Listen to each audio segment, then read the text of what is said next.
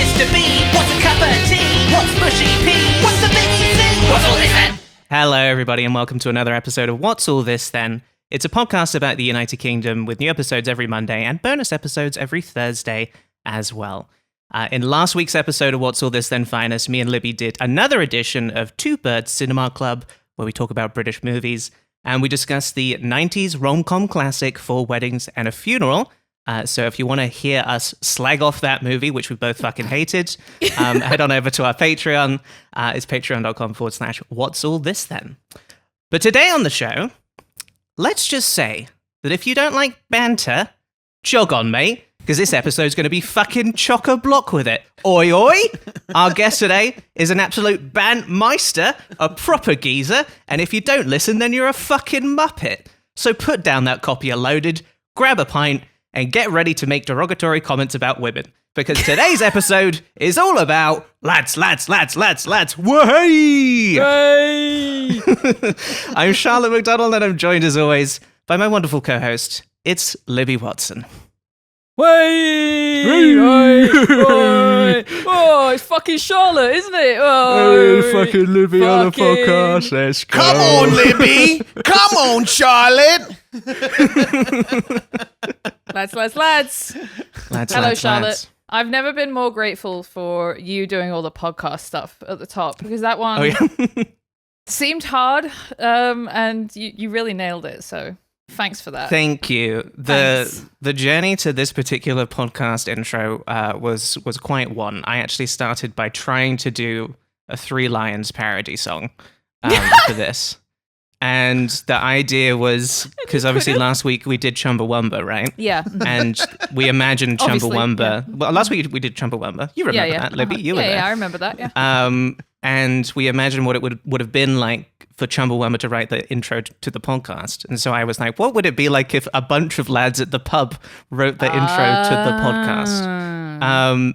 But it sounded so bad because it was just me trying to do my lad voice singing, and I was like trying to play the role of five lads, and I just woke up this morning and I was like, this sucks ass. I can't do this. But that's really cool to do the 5X like gender what is it? What's the term when you feel gender dysphoria? Yes, exactly. Yes, That's the 5X gender dysphoria modifier. Yeah. That's unfortunately, I didn't actually want to say it, but that was the reason I couldn't do it. In the end, as I listened to it, and I was like, I sound like five boys. Ew. Well, as we discussed before, you find it quite hard to do, bloke voice. So lad voice can't be far behind. We should do an episode about blokes versus lads, the difference. We should do blokes versus lads at some point. Yes. I'm very excited today to talk about lads, but I want to do lads versus bros today. That's one of the things I want to get into. So, yep. I feel like Charlotte, yep. There's a lot to dig into there. But I can save the Three Lions parody song for when we do an episode about football chants, which I think we will probably do at some point. I can bring it back and then I can do it properly. God, we just have so many ideas. It's crazy. Surely this premise can last for 1,000 episodes. Oh, absolutely. We got an email recently from someone. It was so nice. They said, I hope the episode goes for 800 episodes or more if you want.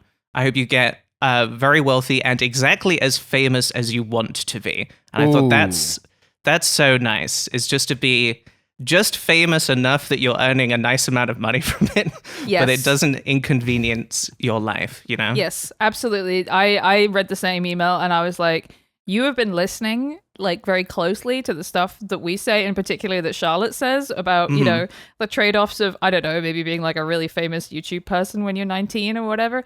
And thank you. Thank you for paying attention to the undercurrents of what we're saying, which is, we want money, but only the right amount. Yes. And I was famous when I was 16 as well. So even more fucked up in the head as a result of that. Well, I should introduce our guest, who I said you can start talking whenever you want, and you did, but you've mostly just been laughing, which I have to say is really, really nice. So nice. It's really, really nice to have a guest just giggle at us and just be like, oh, I guess we are funny. So that's really, really pleasant. Let's see, you were talking lads versus bros, blokes, and gender dysmorphia. I thought maybe I'd let you guys chat for a little bit. maybe I'd hold space while you two talked. No, tell us your opinions on gender dysphoria real quick. Our guest today, he's an actor, comedian, one of the hosts of the podcast Staying Alive and Action Boyz. And I wrote this down. So I'm just reading this for the first time right now. He once lost one of his nipples when climbing over a fence. It's Correct. Jon Gabrus. Is that true? Did that really happen? It came back. I lost like just the tip and it scabbed up, and I had like a scab over. I climbed a one of those like wooden top fences bare chested, and when I flipped because I was running from the police.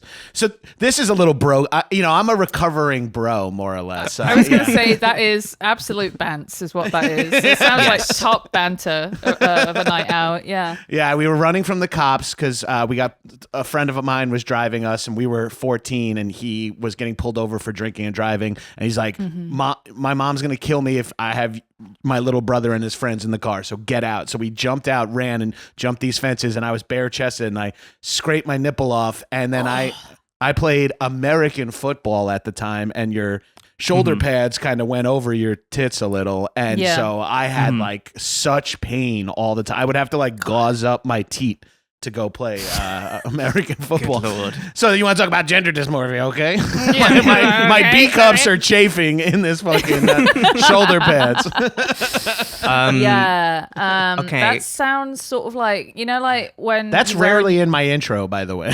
I'm like very excited that's Charlotte, one of you my know, I was like- like, I was trying to have my Nardwar moment where you would go, how did you know that? That's Where crazy. did you find that out? I'll tell you, I watched one episode of Dirty Laundry this morning that you were Okay, on. there you I was go. like, okay, Perfect. that's such an easy way to get sort of like deep cut stories, is you just happen to tell it on that show. Wonderful episode, by the way. Thank you.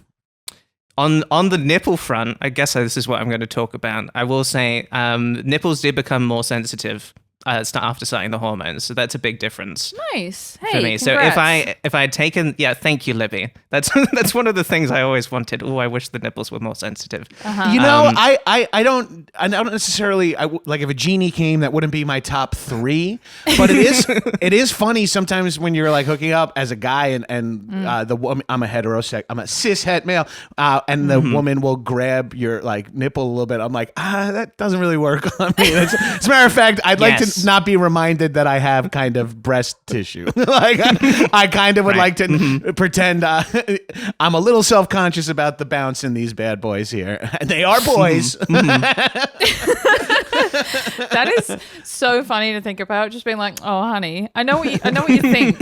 I know what you think is gonna feel like." But actually, Would you rather I did that to you? Like, to tell the truth. And no. Yeah. Also, you don't even want to be here at all. Oh, okay, copy that. You want the lady to poke at the peck and go, wow, this is so firm. This is This so is- firm. This is clearly all muscle and I nothing could else. never grab this by a handful. Well, yes. And also, is that to have a a handful. front clasp or back clasp bra you're wearing, Gabriel? Now, the front clasp bra, that's hard to say. Front clasp bra is not something I feel like I have ever owned or encountered. I don't think I've ever actually, I think that's a thing that you only buy for the man in your life, right?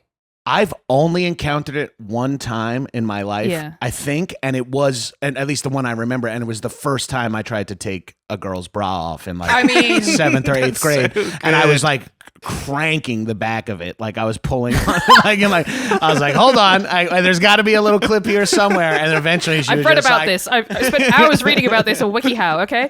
She eventually just like went. Hey, and for the record, Libby, when I grew up my first breasts, we didn't even have the internet.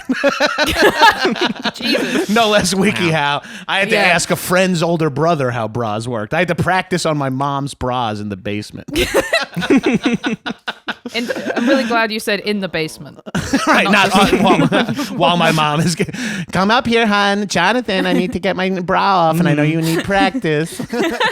Okay, I have been advertised recently on Instagram, the bras, the clasp at the front. And Okay. from what I can tell, part of it is push it helped to push the boobies together to create the cleavage. I believe that is part of the perk of it. It might have just been that one bra that I was being advertised. Also, I mean, I am getting advertised bras specifically for people with small boobs, and I don't know how it knows, but that's what I'm getting right now. I get those too. But I believe that is. I also get those. Oh my god, it is troubling. To be sure, to get those sort of targeted ads and to wonder what kind of AI analysis it's doing on my grid photos. You know, it's like, yeah, it looks like, all right, we're gonna show you these ones. But I guess that makes sense from a sort of bra engineering perspective. You know, you don't want it to be pulled back; you want it to be pulled forward, right? Yes. And maybe it's also for people with like limited shoulder flexibility. That's true. Because like you know, I only know how to take them off. Not sure how to put them on. Right? John, it's time to put your mom's bra on. By the way, training on a mom's bra is good training because there's like 28 clips. You know. Yeah. But when you get to like a real Right. bra, it's only like 2 to 4, and you can really pull it off. But like Nice. with a mom's, it's like undoing like a Connect 4 game in the back. There's like so many things going on. It's like, it's solving a Resident Evil puzzle. It's like, okay, I gotta rotate this, and then, but shit, I did pick up the key. Yeah. Those extra clasps just appear when you have the first kid as well. They just pop in. Yeah. Yeah, exactly. Yeah. Look, I'll say it. I haven't worn a proper bra like in a long ass time because I'm lucky enough to not really need it. So I just wear bralettes all the time, and it rocks. Standing O. Yeah. I'm going to give a standing O for it. I tell you, not to be a creep, but the braless movement of Los Angeles, and I just was in Toronto. They are also playing that game. I'm here for it. Like, and it's a movement, all right. They're moving all over the fucking shop. That's the movement I'm in. Down, left and right. My neck is killing me keeping track of these. I'm in Toronto. What did you get up to while you were here? Whoa, I had no idea. It was my brother's. Now I'm gonna code switch for this podcast. My brother's stag do. My brother's bucks. Nice. We were up in Toronto. We went to the Prime Seafood Palace for dinner one night, that's Maddie Matheson's restaurant. Insane fucking meal. We took a boat. We rented a boat for the day and seshed on it out in Lake Ontario, and that was like nice. a fucking blast. We just dropped anchor, did mushrooms, and drank and gassed little Bat Blue Light Tall Boys. A great afternoon. Yeah, I really enjoyed Toronto. I want to go back and spend more time. Ideally, I'd like to book a movie that shoots there or something, but if not, I'll go there and just get on the piss. Look at me. I'm fully code switched for you guys. I mean, just so natural. So natural. Yeah, that's awesome. I've not been to Toronto, but I will be going later this year to visit my friend Charlotte, actually. Ooh, yeah, I know. My friend Charlotte lives in Toronto. I just met her earlier today. Right. So I think that's cool. Yeah, that's cool. Maybe I'll meet her. That means you now know 2 people named Charlotte. How crazy, yeah. That's right. We're not that close yet. We just met. I will say, as a person who is afraid to do most drugs because of anxiety, the idea of being on a boat that is anchored in the middle of a lake and doing mushrooms is like my fucking nightmare. Oh, interesting. Yeah, I wouldn't recommend it as your first setting. You know what I mean? I wouldn't also recommend doing mushrooms around 7 35-year-old Long Islanders either. Like that's, if you want to talk lad versus bro culture, you know, I'm steeped in bro culture. I was forged in the fires of bro culture, and I managed to come out on the other side with at least an open mind, but still a lot of the hangings and trappings of bro culture. You are doing Bane voice. I was born in it, etc. But for you adapted it. I was born in it. Right, but for like being misogynist or whatever. That's the trapping. That's the trapping I've released myself of. Is that I believe you. Yeah. They're objects. Women are objects, but I treat them well. But they're nice. Like it's a nice watch. You know. Yeah. Exactly. Yeah. They're good. They're ones. valuable. Yeah, exactly. Yeah. And you should collect them. Yeah. I mean, we'll talk about it. I have certainly mixed mixed in the genuine sense feelings about lad stuff. But before we get into that, Gabrus, we'd like to ask people about their relationship with the UK. Have you been? Do you like it? Do you like I've been. I like it, and I like specifically you and Charlotte, or UK peeps in general. I definitely like you two. I'm not, I'm still on the fence about the rest of the UK, but yeah, I've been to England a few times. I toured with Comedy Bang Bang, and we did like Leeds, Manchester, London, and somewhere else which I can't place right now. I've been to London a few times. I have some friends that live there, and I've been to Scotland a couple of times, but I know that doesn't count as much. But okay, well, we certainly hold wouldn't on. be saying that. Make an expressed effort at the start to say the United Kingdom to make sure right, because places like Scotland are definitely included just as much. Okay, but we don't blame you guys for not wanting it. We get it, and we agree with you, but not in the sense that we don't want you, just in the sense that we understand why you wouldn't want us, and we're really sorry about everything, and Wales as well, and God, don't even get us started on Ireland. I'm really, really sorry. Gabrus, please continue. I've never been to Wales or Ireland, but I have been to Glasgow and Edinburgh. I also, my biggest introduction to UK culture, or whatever you want to say, is that I'm an American who played rugby. So I played in university. Right. I'm going to continue to proudly code switch. Please I played in university here in the States, and then post college I played men's league in New York City, which is a bit of a hub for immigrants, and so I had a lot of Brits, Scots, Aussies, Kiwi. I met a lot of those lads in my 20s and 30s playing for the Village Lions in New York City. Shout out the club. What a great name that is. That speaks to us, because we actually grew up in villages. So, being part of the Village Lions is that's me. I'm one of those. Yes. Or I guess lionesses. Yeah, well, the Leonas is what they call the girls' team, the women's plus team, as it's called, because it is a New York rugby club. So you get to have it's not fully lad culture over there. Yeah. That's interesting, because rugby for me is definitely sort of ground zero for lad culture to me in the UK. Especially at uni, the uni rugby club was this sort of I don't know, sort of mysterious, almost whispered about place where the most debauched things happen, where it was we all did some circling, and then bloody Jonty bloody barfed into a pint glass, and we made him drink it. It was absolutely mental, that kind of stuff. If I'm going to imagine the context in which Soggy Biscuit happens, it is in the rugby changing rooms. I think before the football, I think. Whoa, I'm so happy to have heard Soggy Biscuit, so I don't have to say ookie cookie anymore. I don't have to use the American slang. It's so much worse. Is that real? Yeah. Cookie?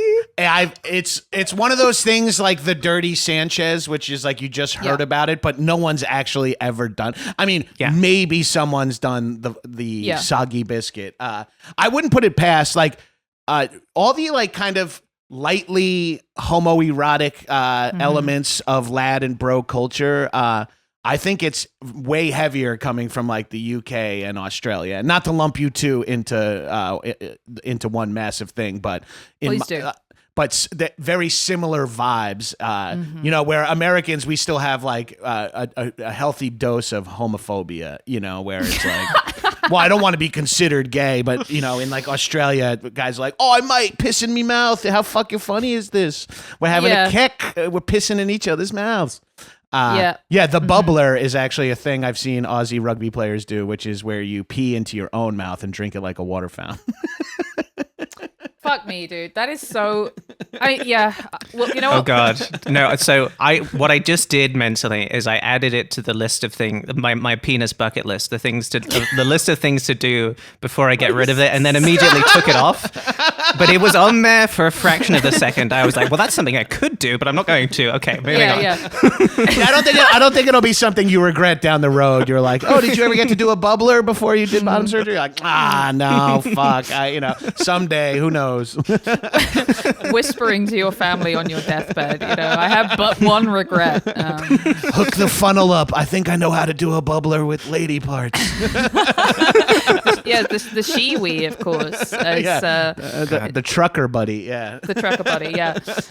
Okay, well, that's good. I feel I must ask if there were places in the UK that you remember liking more than others. Like, for example, I fucking adore Edinburgh. I think Edinburgh rocks. London obviously also is very good. I think of those all, London was my favorite in that I had such a good time at pubs. I'm a fan of pub life, pub culture, whatever you want to call it.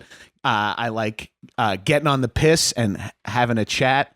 And but I will say one of the coolest things I did in London, and I wish I had one more minute to have reached out to a buddy.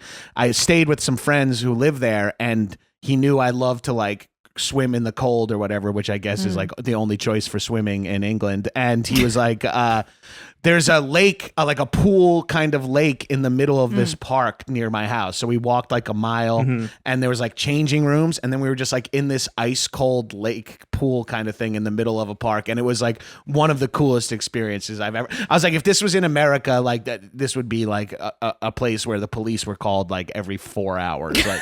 Like it would just be like, they would just be like, arresting unhoused people who were like washing their clothes in it or something like that. But like going there and just seeing like all these old, weird British dudes getting in this fucking freezing cold lake and swimming around. It was like such a fucking treat. That's like, I love, getting into a body of water. I love drinking by a body of water. I love being in a body of water. These are all my favorite things to do. I grew up on an island, so for me, Long Island, it's not truly an island in per se, but I grew up near the water, so getting to do that in the middle of London felt very fucking cool to me. Yeah, that is good.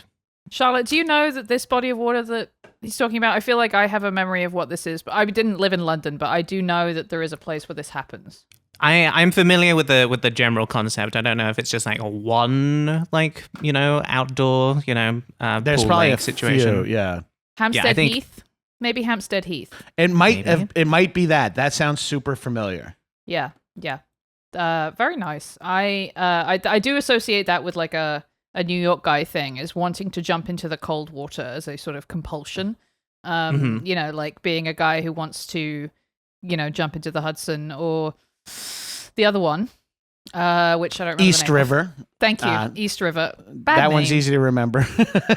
Yeah. East River. Snooze. Actually, I guess if you look at the etymology of a lot of British river names, they are all things like river, because it's like the ancient Anglo-Saxon word for river. It's like, yeah, that's the river. Yep. This is my hometown. My hometown, Bath. We have the River Avon, which does mean river. So we have the river in Bath. It was always fun. And obviously the place is called Bath as well. And there is a big bath in Bath. So to be in Bath that has a bath with the river. Bathing in a bath and bath. Yeah. Yeah, exactly. Yeah, I mean, in America, we have the Rio Grande, which just means big river. Absolutely. Yeah. Hey, you know what? They were doing it right back in the days when they were naming stuff. I do have like a particular thing about British place names being very funny to me, because there are just so many that are just, like, for example, I grew up near a village called Bishop's Itchington, which is it's fucking insane. And there's just like, you can drop a fucking pin in any place in the UK and there's like 20 places that are called something as stupid as that. And where American place names, I think, kind of get off lightly, because some of them are pretty funny too, especially when you get like further out west and they were just like, fucking, I don't know, Lamp? Yeah, Lamp, Idaho, sure, why not? They were just completely out of names at that point. I like them. I'm fully distracted, brainstorming, trying to remember what the name of the place to swim is, but that has no fucking bearing on this podcast. So I'll stop. It was Hampstead Heath. We'll just say Heath. That. Mm-hmm. That's in the canon of this podcast now. Yeah, absolutely. All right, perfect. Yeah, might as well. I mean, I don't know why it matters that I'm fully authentic there. It's like no one's gonna. I get canceled for lying about which body of water I swam in England. It's like, if that's what I go down for, God bless. You missed a dozen other things. Yeah, you know what I'll say about this? Obviously, this is episode 17, so we're pretty new on the podcast so far. Genuinely, I would say we have a good number, a number of listeners that I'm happy with, but we're not getting corrected on a lot of stuff, which is great. so nice. Like, I think mostly, I mean, I've said some stuff that was wrong. I've said some stuff that was straight up wrong on this podcast. Morally wrong, not even like factually wrong. Like illegal, you know, like incitement. No one's like corrected me. Yeah, exactly. Yeah, but No, Libby's never made an actionable threat against all members of the Daily Mail reading, body. She's never done anything like that. Yeah, that doesn't sound like me. No. I think I also threatened people who believe in astrology on the last Finest episode. So, okay, sorry smart. about So that. you're not trying to have any American women listeners. Got it. Or at least, I shouldn't say American. I'm very coastal elite in that I mostly was only gonna know say, New York and Los Angeles. Women in so- Hollywood. Yeah, exactly. Sure. Yeah, so that's been nice for sure. I mean, I have been corrected on stuff that is wrong, but not like it's when the episode gets turned into a reel. That's when I think people are slightly more inclined. I think when Right. you're just listening to a podcast, it's like, I'm just going to let all of this wash over me. And, I'm But just then gonna- also when it hits a reel, it gets to people who aren't listeners, and it shows Yes. up They're not on their listeners. Instagram, and they're like, "This fucking Charlotte's wrong about this," and it's like, Yeah, but yeah. the context of the whole episode, we eventually correct it or whatever. The best is when a listener will message or post or comment on Patreon for like the Action Boys or whatever. We're like, I can't believe so and so just said this. That's so wrong. And then you read the comment, and we know 1 minute later in the episode that we fixed it. So it's almost like they have to instantly open the app and go like, it's actually Transformers: Age of Extinction, and then it's like, and then like. It'll say like comment deleted or like okay continued or not at all, and we have to reply like, did you stay on the episode for 60 more seconds? Now no, you can shut it off with that mistake. Fuck you.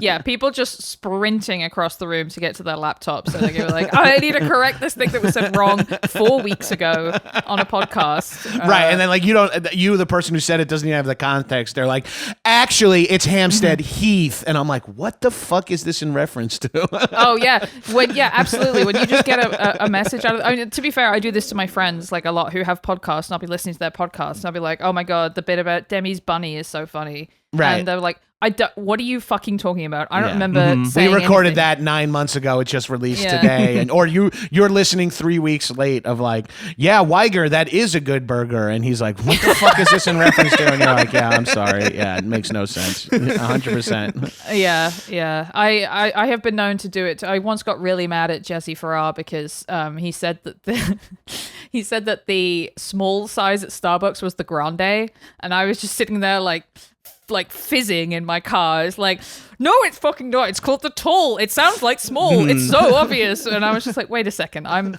insane, and I need to crash this car right now. When you are a podcaster, and then you realize you've become a podcast listener in like the parasocial sense, you're like, all right, well, it's time to like take myself behind the barn and blow my fucking head off. I can't believe I've become that which I hate. It's like getting bit by someone with the rage virus. You're like, well, it's time for me. I'm becoming a podcast listener. Just don't let me go fully convert. Kill me. Don't look at me. I have to go and kill myself. Yeah. At least with the podcast, it's nice when you do occasionally get the corrections that it will happen 2 weeks later, as opposed to the big crossover between podcast and Twitch. Podcast listeners and Twitch viewers who are able to correct you in real time and love to be correct. It does not feel good for anyone. I have to feel. Surely it cannot feel good, like actually to them. But to have the real time correction is pretty brutal. Although I am the kind of person who I try and diffuse it by just being like, oh, I didn't know that, and just moving on. I don't want to give them too much power. I feel like if I come at them and start being mad at them for correcting me, that makes it feel more like that they won, which I don't want. Right. Yeah, there's also... Unfortunately, Oh, sorry. You go. No, go ahead. I was just going to say there's like that element of like where you're like live streaming and you're like, Dr. Titty Licker says it's actually the 4th of July that we were talking about. You know, like call out some fucking freak who's like, and then that person's like spams the fucking chat because they're so happy their name was mentioned or something. You're like, oh no, I've accidentally like promoted the idea of chiming in with corrections because I gave this person a modicum of spotlight and now I'm fucking stuck dealing with this. Yeah, basically, it's it's a balance because like especially with Twitch, we talk a lot about the audio issue correctors. The people who like to say volume on the guest is a bit low or game volume could be turned down or whatever, and it is really hard not to be like, are you sure you don't just need to turn your television up? Are you sure? Yeah. Are you sure that you're using the Samsung's native speakers on your television and not headphones, and you're sitting across the room from it with your air conditioner on and outside traffic going by, and you're like half stoned, not paying full attention, and you're loudly crunching cereal over it? But no, you're right. Maybe I'll get my engineer to live fix this for you specifically. Yeah. Fuck someone listening in the shower. We'll happily bring it up all the time because it's just such a good instance with the person in Tom Walker's chat who said, I think the audio is doubled, and Tom said, are you sure you don't just have the stream open twice? And then they said, yeah, I do have the stream open twice, my bad. Hell yeah. Good lord. You have to love it though. You have to. It's the only way you can make money these days. So yes, I love the listeners. Thank you so much. Please, promo code Mighty. Don't forget to subscribe. Blah, blah, blah, blah, blah. Yeah, I certainly won't be. I think I would rather be corrected than get a job. Yeah. You know what? It turns out you get corrected IRL at jobs too. So it's like, if you hate getting corrected, a job isn't going to fix that for you. Yeah, well, exactly. Yeah. Or, getting corrected at your job is like being fired. Like right. our friend Dead Blossom Jesse, who got fired from Walmart for stealing ham they were already throwing out. Man, stealing garbage. Yeah. I mean, when you put it like that, I got fired for stealing garbage. It is like, that's, I guess, against the rules. Yeah, that's, well, you know what that is America, isn't it, Charlotte? But we're not from America. We're from Britain. And that's right, Libby. Britain, we have British thoughts. Charlotte, would you like to do Libby. British thought of the week? Livy, it's time, of course, once again, for British Thought of the Week. Tea's quite nice. What happened to Noel Edmonds? EastEnders. Bloody raining again. How do they make Scotch eggs? Did they finish Brexit or what? Yes, Charlotte, it's British Thought of the Week. That was maybe the most embarrassing of the having to see our guests listen to my theme song yet. But I'm fine. I'm fine. Today we're going to talk about a 2-month-old meme. Does that sound good to you, Charlotte? That sounds very good to me, Yes. Libby. I have to assume this meme is British, in fact. Charlotte, you would be right, because that's kind of the thing of the podcast, isn't it? We're British and all. That would be ideal for this moment for the British thing of the week to be a British meme. So For it be a British thing, yeah. Just like really quickly Googling British meme I can talk about on podcast, because I was going to talk about, I don't know, what's an American meme? Is there an American meme that's hot right now? You're asking a middle-aged man what a hot meme is. I don't fucking know. No, I have no idea. Unfortunately, what I'm going to say is like something about laboobos, and then I'm going to want to kill myself. Unfortunately, but that's I mean, what if they've got labubu in? They must have labubu in Britain, right? That's got to be a global thing. Yeah, I think it comes like 4 months after like movies. You get them. So what we're doing is talking about an old meme because we're middle-aged, and I got a message from our friend and first guest of the podcast, Jesse Farrar, saying, hey, you should talk about Jet2 Holiday. And I said, yes. What's Jet2 Holiday? And he said, what do you mean, what's Jet2 Holiday? Which is annoying. Wait, I know that meme. I feel young again. Well, I mean, if Jesse knows it, that doesn't mean it's like that hip. But I'm familiar.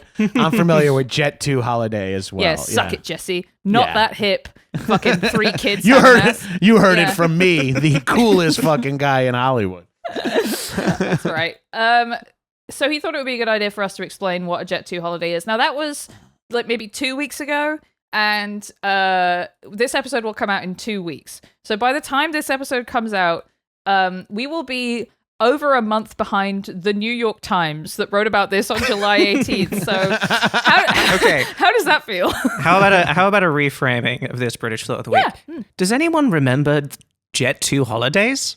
Charlotte, yes, that's it. Oh my God, remember Jet2 Holidays? That was crazy. Yes. We knew about it so long ago that we're now Yeah. nostalgic for it, and therefore now we're ahead again. So Yeah, we got that's it. right. I'm so glad we're talking about this again. It's making me feel nostalgic for like the start of summer when you're getting out your shorts for the first time and you're like, oh, I could go to the beach, and oh yeah, Jet2 Holidays. So Jet2 Holidays is apparently I don't have TikTok, and so I feel like I'm actually kind of not good at having a podcast because I don't have TikTok, and so I'm not up with the sort of trends. When my Instagram reels that I get served are almost exclusively people making food badly on purpose so that they can get someone to comment, why didn't you wash the rice or whatever, or women refinishing furniture they found on the street and getting yelled at for painting it is another one that I get a lot. Like why did you paint over that lovely old wood from something they found on the street. People washing rugs, that kind of stuff. But it's not memes. I do love the rug washing. Yeah, now. I love rug That is a washing, good and one. drains unclogging is another one I Oh, like. yeah. Yeah. Sewer Oh. grates God. unclogging and floods and shit. I love Lovely. Have you seen the sign guy who washes signs in the that. UK? Yes. Yes, Yeah. the sign cleaning is really, really good. And I did see the most constipated drain the other day, where it really did just the shape of the pipe was so perfect for when all of the mud came out. It just looks so much like an actual the drain was doing an actual shit. It was crazy. It's such a good one. I'll have to. It's so find great that. when the computer knows that you want to see a drain shitting, and the computer shows you that. That's great. I love that. I love that about being alive. My Instagram, I get the TikToks like 2 weeks later as reels. So that's how I'm familiar with a lot of the, I'm like, and that's plenty behind. I don't need to add another addiction to my life. But Yeah. if my For You page is like, if I showed you two, you could legally pepper spray me. It is like it just knows I'm heterosexual. It's like this guy likes breasts, and it's like he also likes weightlifting. It's like, well, here's a woman weightlifting who has big breasts. Here's a woman scuba diving. She also has big breasts. Here's a woman playing the piano. She has big breasts. Like it's just it's all these influencers. There's like a production house somewhere that's like drain clogging videos are huge. It's like, I got this blonde who doesn't wear bras, who's down to unclog drains. It's like, bring her in. And like, that just like, they find every niche on the market and just add like a smoke show to doing it. It's and my phone is like upsetting. Look, I'm a bisexual woman. I feel like my feed is not necessarily that different. Except I'm maybe just being fed slightly more trans women who are doing the exact same thing. But I do remember getting the Jet2 holiday stuff. But I feel like I got it I got it on Instagram again, not on TikTok like everybody else here. Really, really, really want to get off Instagram Reels, but also need to make them for my job as well. But that's Charlotte, fine. unfortunately, your phone has misheard you. It heard you saying, I really, really want to get off ... Instagram Reels, and it kind of misinterpreted what you were saying there. And now it's 100%. It's big titty ladies, like riding horses or whatever. You know what it was also feeding me? And I swear I did not type it into my phone. I just talked about it with you. Is BritBox. It started feeding me ads for BritBox shows as well. It probably like read that. I mean, thinking about the stuff that like my IP address is like associated with and thus is serving, it's just like crazy. And in fact, one time I searched for a couch and like went to a couch website on my computer, and then Lewis, my husband, got an email from the couch website saying, hey, do you want to buy this couch? Like, you were looking at this couch. And so it was like a cookie somehow associated with our fucking IP address. It was crazy. That is terrifying. Yeah, I really don't like it. Yeah. But yeah, the Jet2 Holidays. holiday stuff, it came to me, I feel like, again, late enough in its life cycle that when I was seeing videos that had the Jet2 Holidays sound, I couldn't really tell like what the bit is. Yes. Because it did seem like I was just being fed just people putting any video to that audio because it was popular, and I was like unable to discern like what the point of the thing was at all. This upsets me just so slop. much that the culture of commenting on other people's videos and using other people's audio, it gets us to the point where originality originality gets in the way of popularity. And so now it's more popular to just put the Jet2 Holiday audio under anything. And so then it becomes this sort of like circle jerk, this sort of soggy biscuit of ideas where we're just everything, and then like there'll be someone whose head pops up in front of like the Jet2 Holiday, and then like someone will comment on that, and I'm like, we're all just like I'm not participating in this, but we as people are all just like riding off each other's coattails and like this. And there's something to the fact that I think Mark Maron said this on a podcast recently, or he said a lot of fun things on a podcast recently, but he was like, if we're all aiming for popularity or to make our Jet2 Holiday joke, no one is writing or creating what they really want to inside. We're all reacting to what we think people want, not what we want to make. And then it puts us in this position where you're chasing the new idea every time something new drops. Like, I need a funny take on this. I need a funny take on Labubu's. I need a funny take on blah, blah, blah. And no one's doing any like soul searching and hitting material or ideas from like within. It's all reactionary. And then it's just like, you make a Labubu joke, then they take that audio and use it 150 times on a bunch of different reels that all get millions of views and people make tens of cents, and you're like, what the fuck is going on? That's my old man rant of the day. I mean, I'll probably have 3 more, but no, you're so right. As the old man guest, I'll hit it. Yeah, it's that TikTok like the Stitch feature or whatever that lets you detach audio and put it to something else, and you end up with the weirdest shit. It'll be like bottom half will be like a racing game. The top half will be like a woman diving off a diving board, and the audio will be like from a James Joyce audiobook, and it's just like three different things that are popular elsewhere, and then you look at it and it's got like 28,000 likes on it, and you're like, what the fuck is going on? I can't get a fucking. I want 5 more Patreon subscribers. Is all I want, and I can't fucking get. That's all I need today, right? The worst thing for me though is that I see that and I don't even think what the fuck is going on, because I have to think about all of the times I've been fed videos exactly like that, and I have just consumed it without even thinking about it and scroll past to the next one, and that's just a thing I am. This is why I'm like, I have this sort of conspiracy theory now with Instagram Reels as well, which I want to get into. And we do need to talk more about Jet2 Holidays. And thank you for doing research into Jet2 Holidays. But most of the time, I'm scrolling on Instagram Reels and I finish it and I'm like, that was just a waste of my time and I need to get off this fucking app. Yeah. But for whatever reason, I think that Instagram actually feeds me. It does actually know what I want to see. And it feeds me the stuff that I want to see right before I go to bed, or it at least feeds me. It's like, okay, it's like session like 5 that she's been scrolling. Now it's time to give her stuff that she actually wants and will make her feel good, which often for me is like being fed a video of like someone's grandma reviewing Superman and she doesn't have any teeth, and it just makes me really happy to see what this old lady thought of Superman. Or she's going to give Minecraft 5 stars, and I'm like, I get to see a glimpse into real humanity. This is making me happy. But they give you just enough of that the next day they can feed you the Jet2 Holiday slop, and you can just be like, well, I know this will make me feel good at some point. I guess it's I guess it's just it is simply just it's that rat experiment, right? The one where it's a loot box, It's the loot box, yeah. They're purposefully giving you bad loot, but with just enough chance of good loot that you'll keep opening the box over and over and over again. Exactly. Yeah, it's the same. It's slot machines. It's all. It all goes back to like casinos, and there's. It's no accident or it's no coincidence that your phone dings and buzzes and like does all the things that fucking slot machines do. It's proven to like it worked on Pavlov's dogs. It might as well work on my dogs. Yeah. It's a pleasing noise. I love pleasing noise. It's really good when I get pleasing noise, but it's when it becomes a replacement for culture that I think it starts to get kind of problematic. Because like you say, it's like, well, when all the like. it's not art, obviously, like Instagram reels aren't art or whatever, but they are culture. And when that becomes just like, oh, well, we're just chopping it all up until, you don't know what was even meant to be the biscuit. It's all just soggy. The biscuit's gone. All you got left It's is just the soggy. cum. Yeah, exactly. Yeah.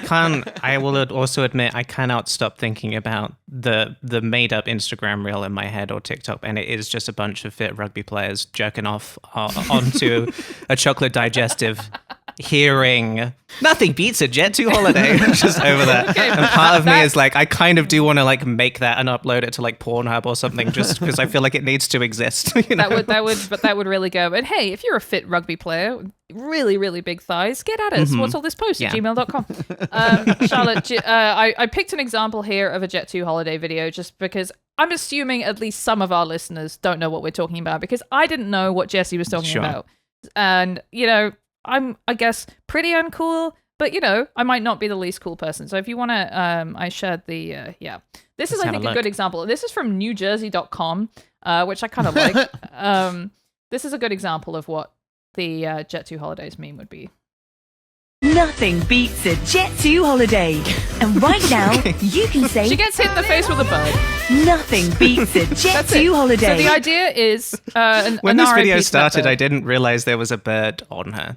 I think I might have started it halfway through, which is really good. No, I thought the seagull was part of her harness, and then it fell off, and I was very... I was like, wow, that's a bird right there.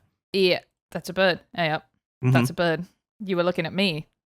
Yeah. I got a couple of birds. My screen's covered in birds these days. Right now. Yeah, exactly. Yeah. Can't get rid of them.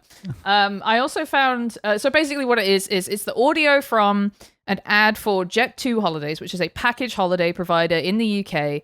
And it's like, do you want to watch the original Jet2 Holidays ad? Is that helpful, do you think? I would sure. love to, because, again... my exposure to this was so outside of like the original context that I would actually really love to know where the hell this came from originally. Yeah, exactly. Okay, let me share this with you. Chrome tab. Nothing beats a Jet2 holiday. Lovely. Let's take a look. Okay. Nothing beats a Jet2 holiday. And It right is now, funny, you I can will save say. £50 Yes. per person. That's £200 off for a family of 4.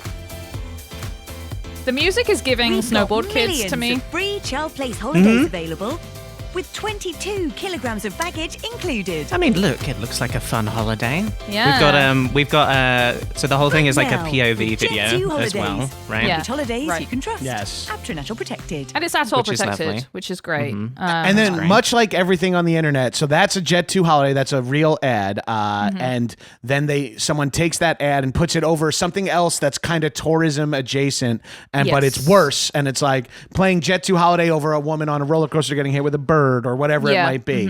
And Yeah. then what happens after that is it just plays under arbitrary footage. And that's Yes, like when exactly. that's when it goes from parody and like an interesting, and it just goes to like algorithmic massaging. And it's just like, I don't give a fuck about it. And it becomes so ubiquitous that you start to be like, and then you're like, and like there's these songs that are so obviously popular that you hear Yes. recurring all the time, like the same fucking beats and shit like that. And it's just such a fucking nightmare. But the Jet2 holiday thing is like, oh, that's fun. Now we're on a holiday. How funny is that? And then it just eventually spirals out until it's just like fucking makes no sense. And it's like Knuckles from Sonic and Knuckles like stamping something over like a woman spiking a volleyball, and it says Jet2 Yes. holiday, and you have no idea. Yeah. I'm sure if I searched, I would find thousands of clips of completely incomprehensible Roblox footage with the Jet2 holidays. Yes, in that's a good call. Yeah. I don't even know Roblox except for when I'm force fed its footage on Instagram Reels.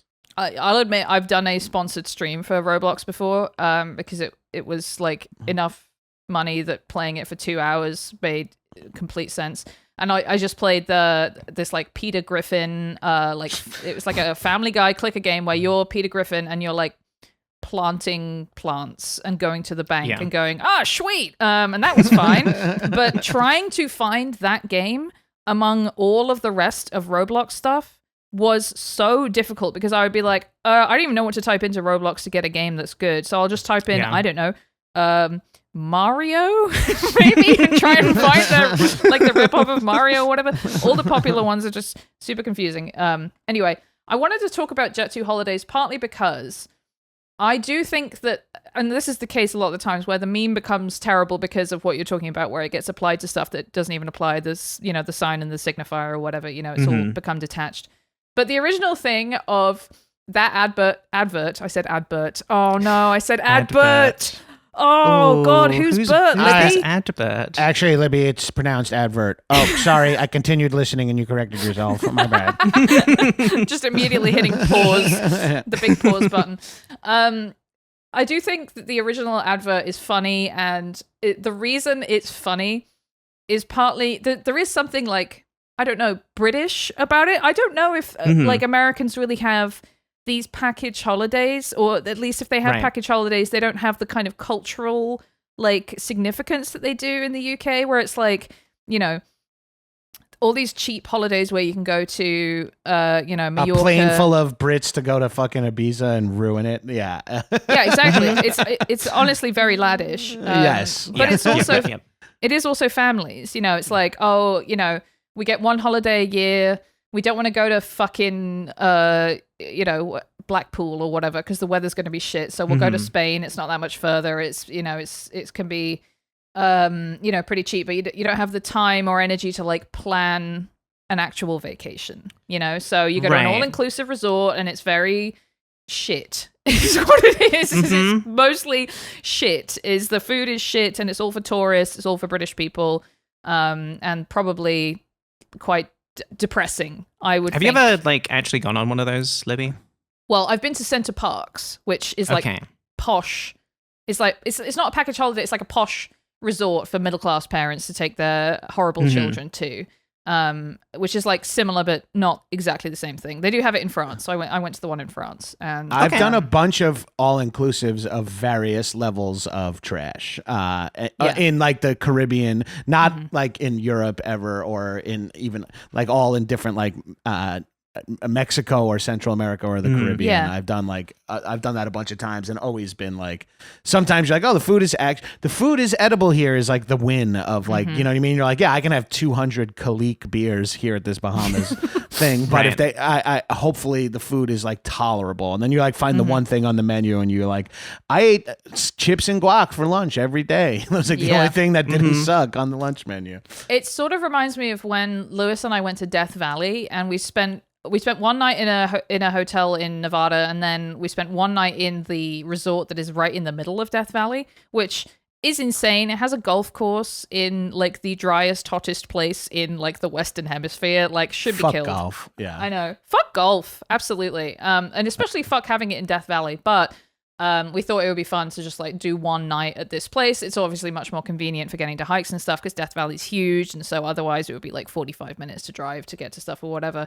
And the restaurants that are there are obviously expensive and understaffed and like, a little overpriced for what they are. And I'm like, there were lots of boomers complaining while we were there. Like, this boomer like sidled up to us while we were at the bar eating, being like, oh, it's bloody. This is, except he didn't say bloody because he's American. So whatever an American would say instead of bloody. Fucking he was hell. Like, it's God damn it. Fucking hell. Yeah, exactly.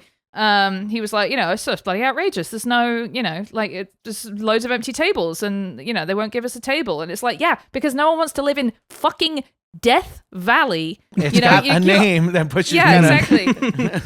And population 0. Yeah, exactly. It's 120 degrees in the summer. Yeah, I think it's probably hard for them to hire the staff or whatever. But the compromise, I was like, this makes sense as a compromise because you're in Death Valley. It's like you're sort of stuck there, so you kind of just have to do whatever.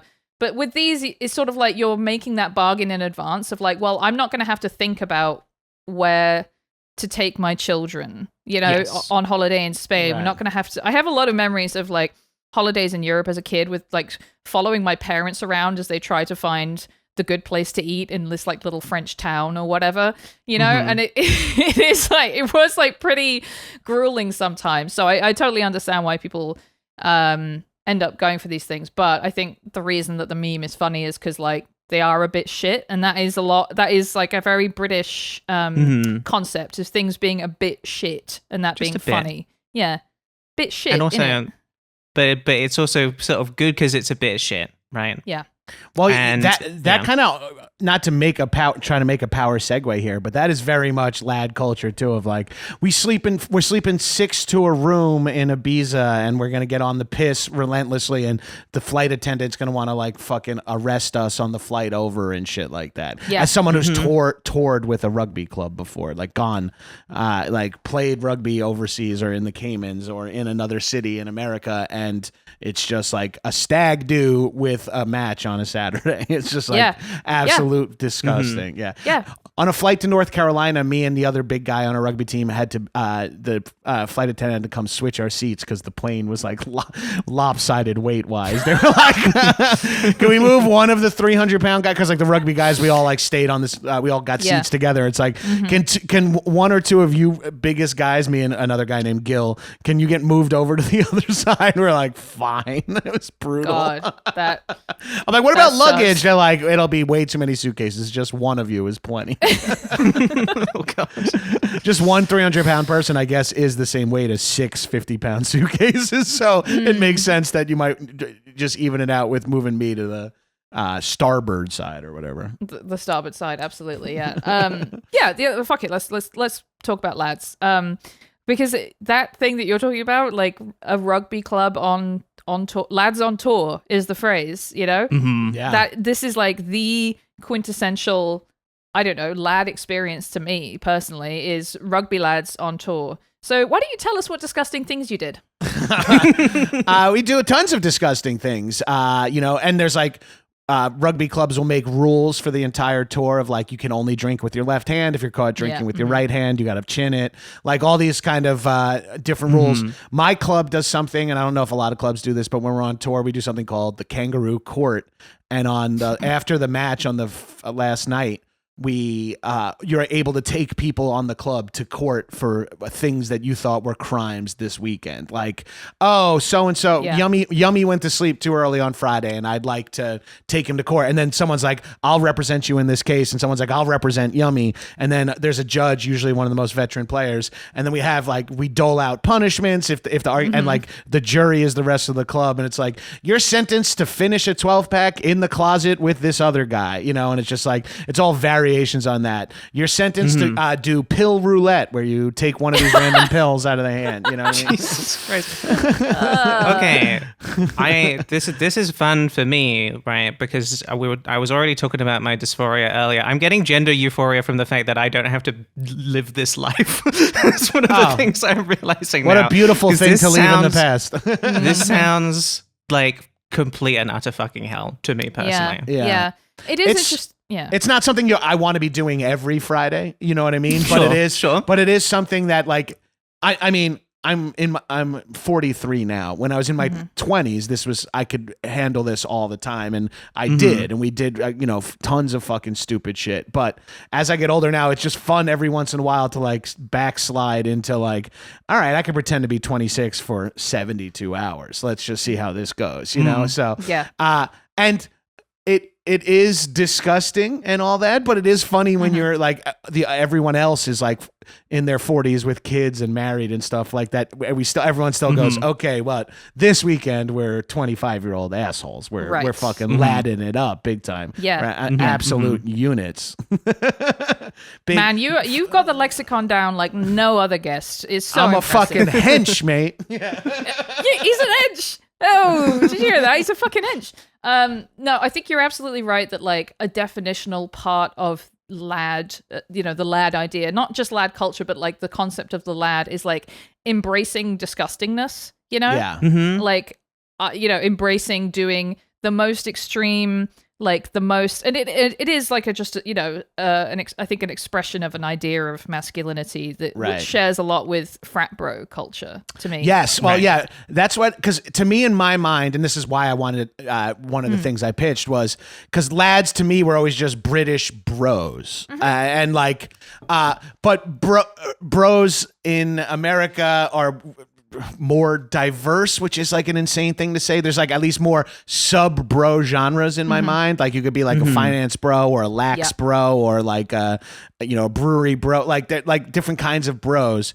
But lads seem to be a little more homogenous. And I mean, maybe that's a take on Britain in general, but there's like something about lad culture. And you're right. It's like one part Jackass, one part like World War II Platoon. Like there's there's all this. It's like a few different things happen. It's like spring break in a shithole. Like there's all these things in the stew of lad culture in my mind. But I was curious to hear from you two what else is like indicative, and of course from the outside. For non-lads, like lad culture is disgusting or awful to watch. Oh, I don't need to see two guys spitting zins into each other's mouth at the pub or whatever.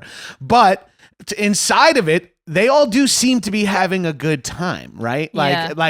They've unlocked something for themselves. And as someone who's maybe drifted in and out of that, I understand the power and the sort of freedom in lad culture. But I'm curious, what's the like overall vibe towards it in England or amongst the podcast? Who I don't think podcasts and lad. Well, at least this podcast and lad culture doesn't have a huge overlap, but I'm sure there's some lad heavy podcasts.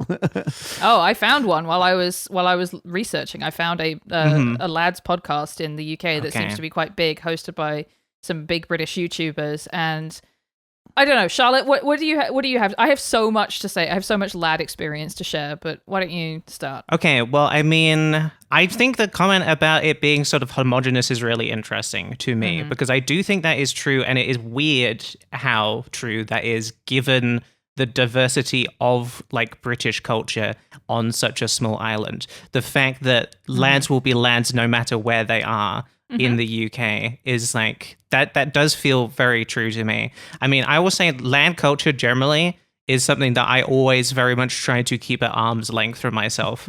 I feel like, we talked about this before, Libby. I'm someone who gave up drinking before they turned 18.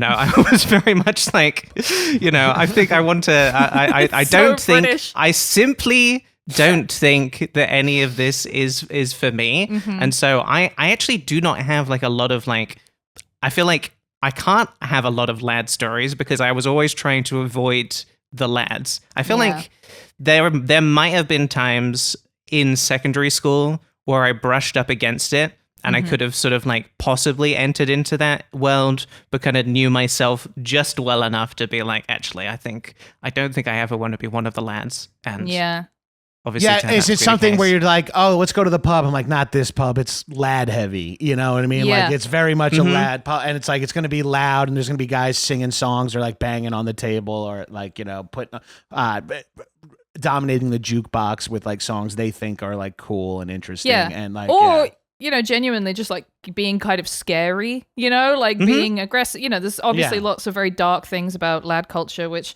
we don't really need to get into, but it's... Well, we can safely say any culture that is very, very male dominated is always bad. Pretty much. Like, you know what I mean? There's always bad shit going on. If it's like sports teams, the military, Catholic church, you know what I mean? Like anything that's like man heavy is always at risk. So like a group of lads you start to get into like animalistic territory which includes, disrespecting others of any kind, but this is where I thread a special needle for myself, whereas like I enjoy the lad culture, and a lot of the people I get on the piss with, like the disgusting British alcoholics that I'm friends with that can just like they drink Chardonnay all day and then fucking gas beers and gin and G&Ts all night long, who are absolutely on the piss, but never say homophobic slurs, never like are either in a relationship or are charming when they talk to other, trying to be charming, not trying to be awful. But like it does take, you need to find your lads, which I think, this is going to be my British PSA is like, now think about your lads, mind your lads, mate. Like, Mind your lads. Mind your lads. Oh, Charlotte, that's a t-shirt. Mind your lads. Mind your lads. That's good. I'm It does feel on like Ladminder, and I'm having a great time.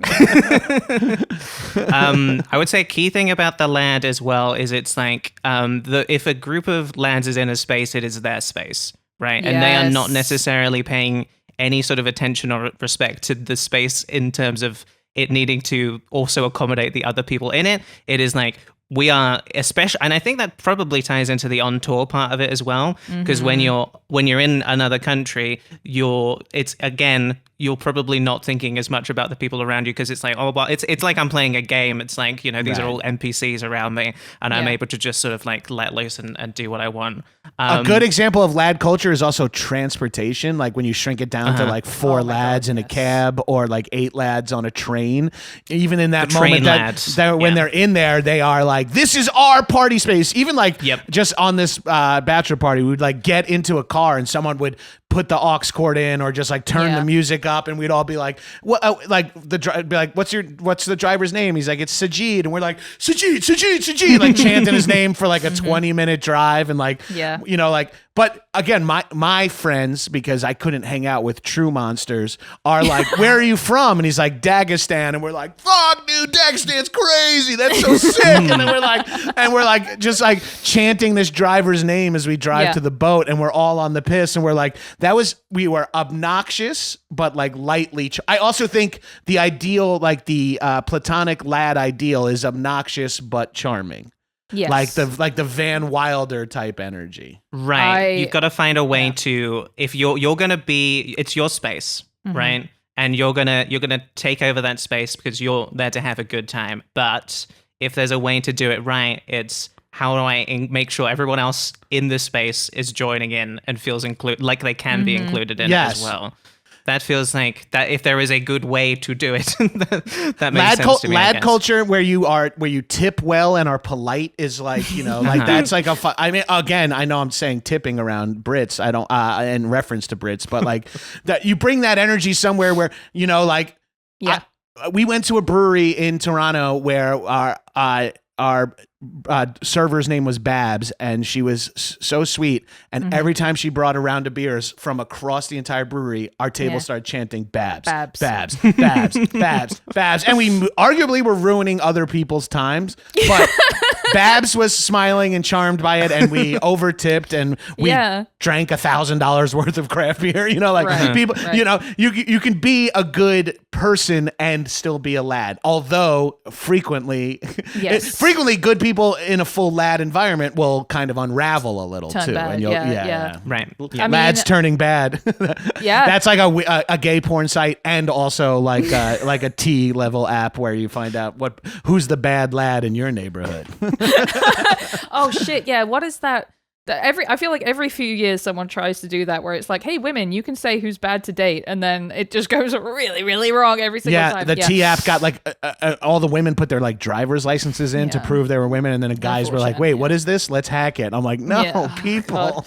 Really, really bad. I have so many thoughts. Let it rip. Because I am a woman, and I have always yes, dude. Let's go. And I am currently hearing you roar. Let it go. Leona's baby. This is my fight song. I like hanging out with boys. I've always had more male friends, and I have lots of female friends too.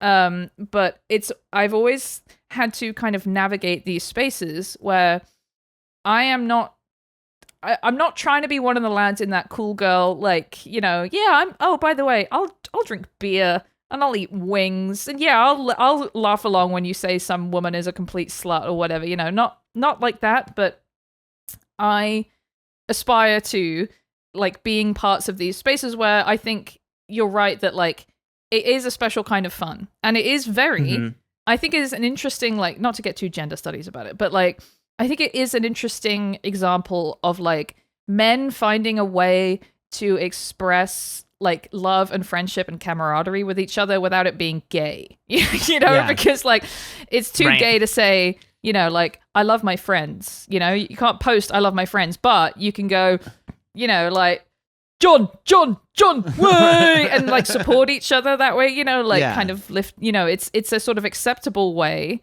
of like lifting each other up. If I could asterisk in here, I think sometimes the lads are comfortable saying that I love you and like kissing on the cheeks when you're all on the piss. But I think to make the gender studies case I think it's where you don't have to talk about your feeling. You don't have to talk about yourself or at all. That's something like, there's like that meme where it's like, oh, my husband went away for 4 days and he didn't find out his buddy was getting a divorce. You know what I mean? Like there's like, there are like these elements of like men's like, I spent, isn't your buddy going through divorce? It's like, yeah, we had a great weekend. We got on the piss hardcore. Yeah. It's like, well, how's he feeling about it all? It's like, we didn't talk about it for a minute. No, and then absolutely. It's like, but there is, that's a man thing to be like, I just like to be in this space and just chant and gas beers, and then the next morning talk about how much we drank the night before and how fucked we are and how quick we need to start getting on the piss again. It's like allowing that activity and that sort of like pack behavior to absolve yourself of individualism in a way. It also allows for like 2 or 3 of the guys in your group who suck or don't carry their weight personality or charisma wise. That's how like guy friend groups always have like, and then there's, of course, Gabrus is here. And it's like, you know, does anyone really like him? It's like, no, but like when we're all together on the piss, it doesn't really matter, you know? And you are one. You're the group of lads and nothing else. Yeah.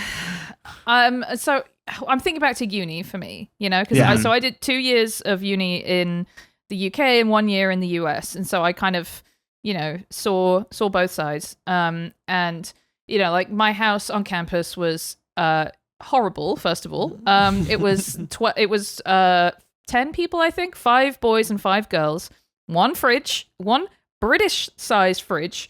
So that was insane.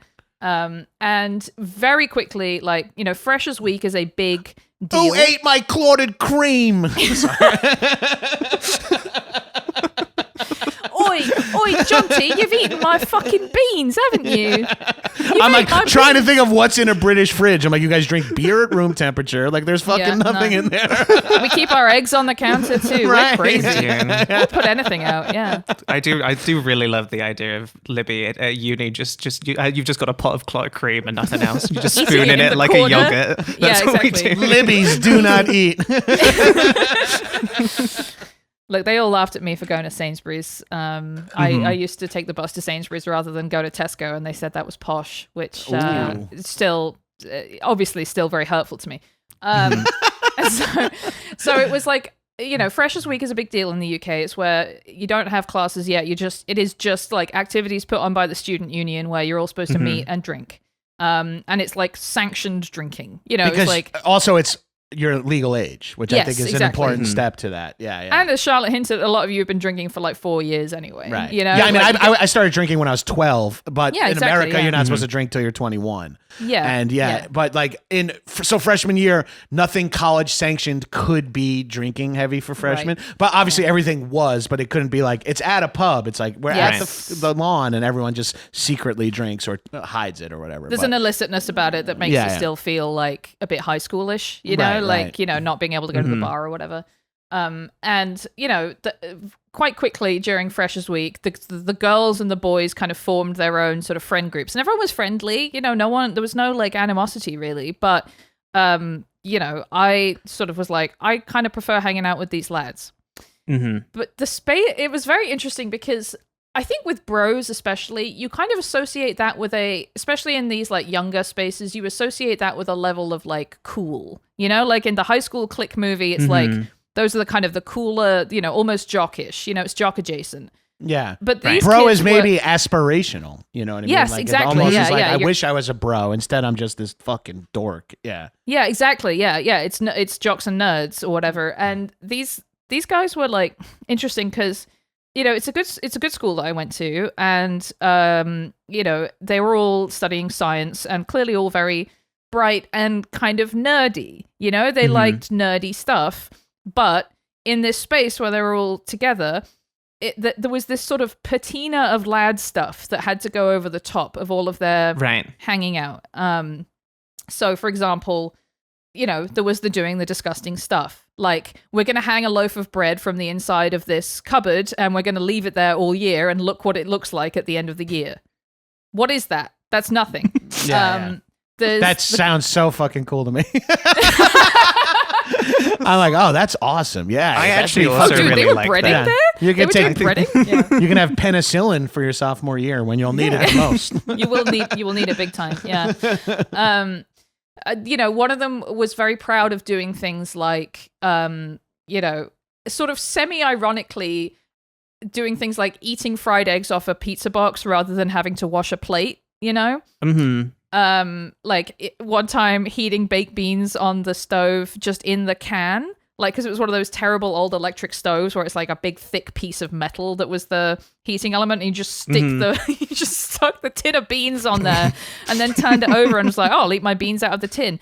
And it was sort of, like, when you look back on that as an adult and you're like, what's fun about that? What's funny about it? But it was like, oh, he's being bloody mental again. He's bloody at it. The absolute legend, the absolute madman.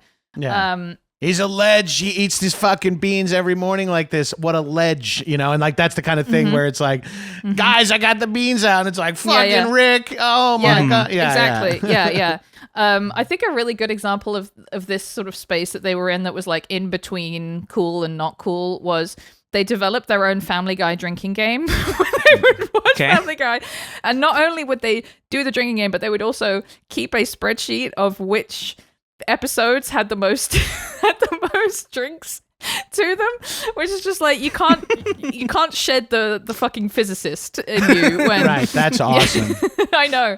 Be so fucking cool if we had some data on this, right, yeah, guys? exactly. Yeah. I'm gonna make the pie chart. Let's go. Woo. Yeah. Oh, he's made a fucking pie chart. Madman. The mad legend of the pie chart. Yeah, it's always like gassing each other up is also a big part of lad culture too. Which exactly. Men lifting up men finally. Men lifting because they need it. They need it.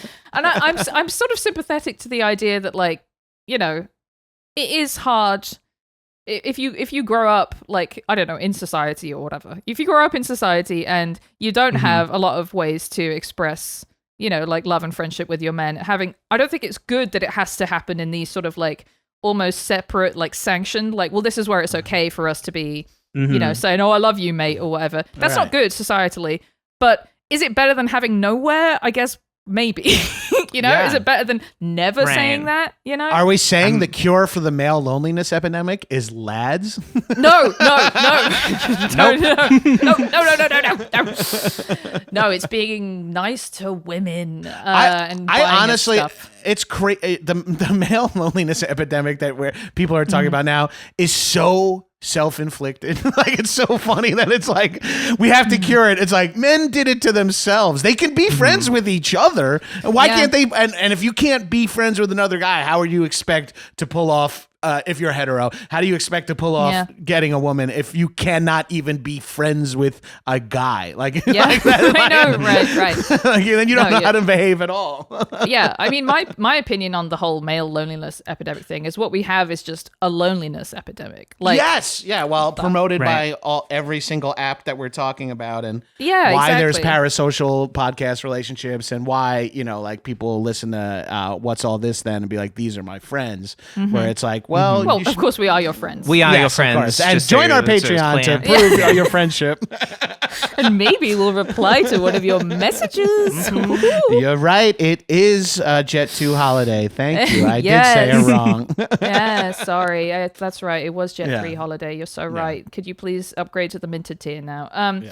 It's tricky because I also really like these lads, and I did have a sort of like a little bit of a, I don't know what the word is, like it was a warm feeling to be kind of included, not to be like, oh, thank God I'm as good as the men, but just to be like, oh, I'm part of this little group. That's nice, It's like it was nice to hang out with them and to like.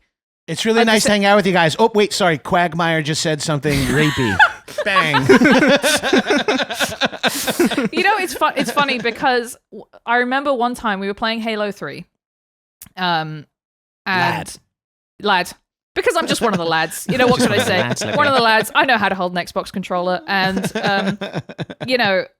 one of them like shot me or whatever, and they go, "Oh, mate, he absolutely raped you," and then he goes, "Oh shit, sorry," because he did. Because if it was one of the lads, would have been totally fine. Just a joke, haha. And then I remember, oh right, she is a lady. I think perhaps some of this might have been easier because I had a boyfriend, and so there was never any question of, do we have to assess this woman's sexuality or appropriateness as a sexual partner? Do we have to rate her out of 10? We don't have to do that because she's sort of off the market, so she can be a lad, whatever. So there's definitely some of that. But then there were definitely also times when I hung out with lots of boys at uni where, they weren't that particular group. They was like other guys where I felt so excluded because if they didn't view you as a sexual partner, you didn't exist, as a woman. Like, if you are a group of lads who cannot hang out with a woman, that's really bad. Like, that's when you're getting into a really, really bad place. And that is where I think you start to get the sort of like dark side of lad culture, is the encouraging other lads to see women as like conquests and all of that shit. Correct me if I'm off base here, but I was thinking about the ladette as well, which is definitely, it's not a term that is used particularly often. Lad culture is interesting in that it sort of was like a 90s thing, but it has sort of like persisted since then in terms of like, a thing that we will like continually reference. But I do wonder with the like that kind of lad sort of like environment where you will not feel included as a woman because you sort of like you are more of an object. I wonder whether or not that sort of like is part of the reason why my picture of the ladette is also one of like a woman who will sort of like sexualize herself to a degree to sort of feel like she can then be an accessory to that group and therefore 100. Be included in it, right? 100. Yes, that's definitely I mean, I don't really know that I knew a lot of ladettes, but it's definitely not just will you sexualize yourself, but will you consent to the broad sexualization of other women? Will you laugh along when someone says, "Oh, I wouldn't touch that gash with a 10-foot pole," that kind of stuff. When a drunk British guy screams, "Get your rat out, hon!"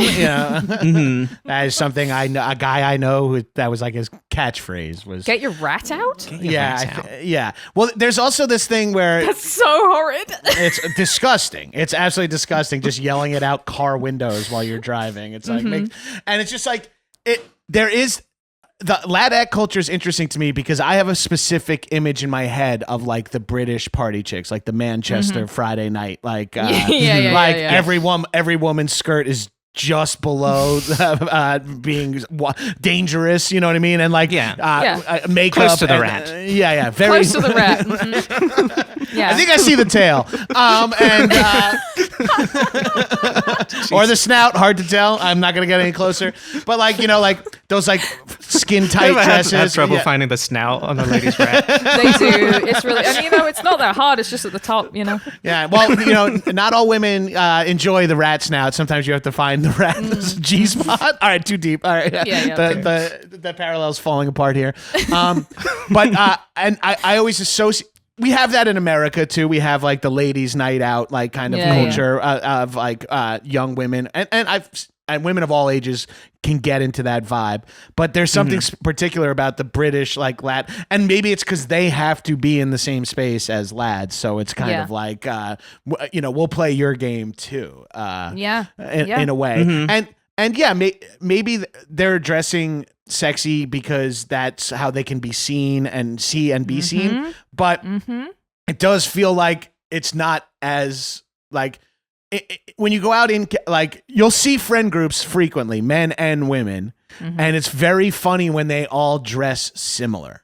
Like when it's like we all have chosen the same style. That Yeah. rarely ever happens to me unless I'm hanging out at like a Jimmy Buffett concert. That's the only other time people look like they're dressed like me. Like whenever I go out with like my Long Island friends, it's a bunch of guys in black t-shirts, jeans, slick back hair, and then it's me with like a fully open Aloha shirt, shorts, and flip-flops on. When I go out with the rugby guys, everyone's from different countries, but it's all kind of similar clothing wise. And then you see all like it's rare that like a woman in a smart pantsuit is out with like 6 rat showing dresses. You know what I mean? Like Sure. Yeah, like, and it's like there's something about like these friend groups where you kind of get this more homogeny to it, where you start dressing like similar and talking and acting similar, and that always felt. And again, that's something I'm assuming more common in your 20s than I'm in my 40s now, where everyone's a little more developed individually or codependent with their partner in some capacity. So they're like. They've changed a little. They're not in the fucking full blown. Again, as someone who always wanted to keep the lads at arm's length, very nice that they all looked the same, because you really can just like easily distinguish them as like a pack on their own at the pub. There's something about that, like the finance bros in America do that. It's like, oh, if you have like a quarter zip on, or like all this golf clothing that guys my age wear now, it's like this like athlete, like sweat wicking athleisure wear that just looks fucking like you are an assistant coach somewhere. Like there's just like, it is funny. Like people wear these uniforms to signify where they are, but don't realize that they might be signifying to people like Charlotte to go like, well, I'm going to the next pub. I don't even drink. Never mind. I'm going to the next tea house. That's what Charlotte was doing rather than You got me drinking. dead to rights. Oh, I'd love to go to a tea house just by myself. Well, I was going to say coffee shop, and I was like, fuck, I got to really nail this. We've never even heard of coffee. We're like, what is that stuff? That's not tea. Outrageous. Yeah. I love disgusting. tea as much as the next person, but it's crazy when someone's like, no coffee for me. I'm like, no, you guys got to try this shit. It's like America's #1 drug. That's Charlotte. Charlotte I'm one of these doesn't drink people. Coffee. Yeah. I do not drink coffee. We've been having this conversation Or recently alcohol, on the finest episodes. Jesus Yeah. Christ. I do drink now. But it was the coffee. It's just too much caffeine for me. I can't handle it. Gives me the shakes. I've had 2 and 450 milligrams of Wellbutrin, so I'm feeling fucking great right now. Whoa. I'm sailing. Yeah. No, you're right. I was thinking about the group of lads that you see from afar with dark blue jeans and a slightly shiny black shirt. Yep. You're like, you are going out to try and pull. You are on the pull. Yeah, You're on the you're on the cunt hunt, if you will. You're on the cunt hunt, exactly. Yeah. I was trying to think of the worst possible term to say intellectually.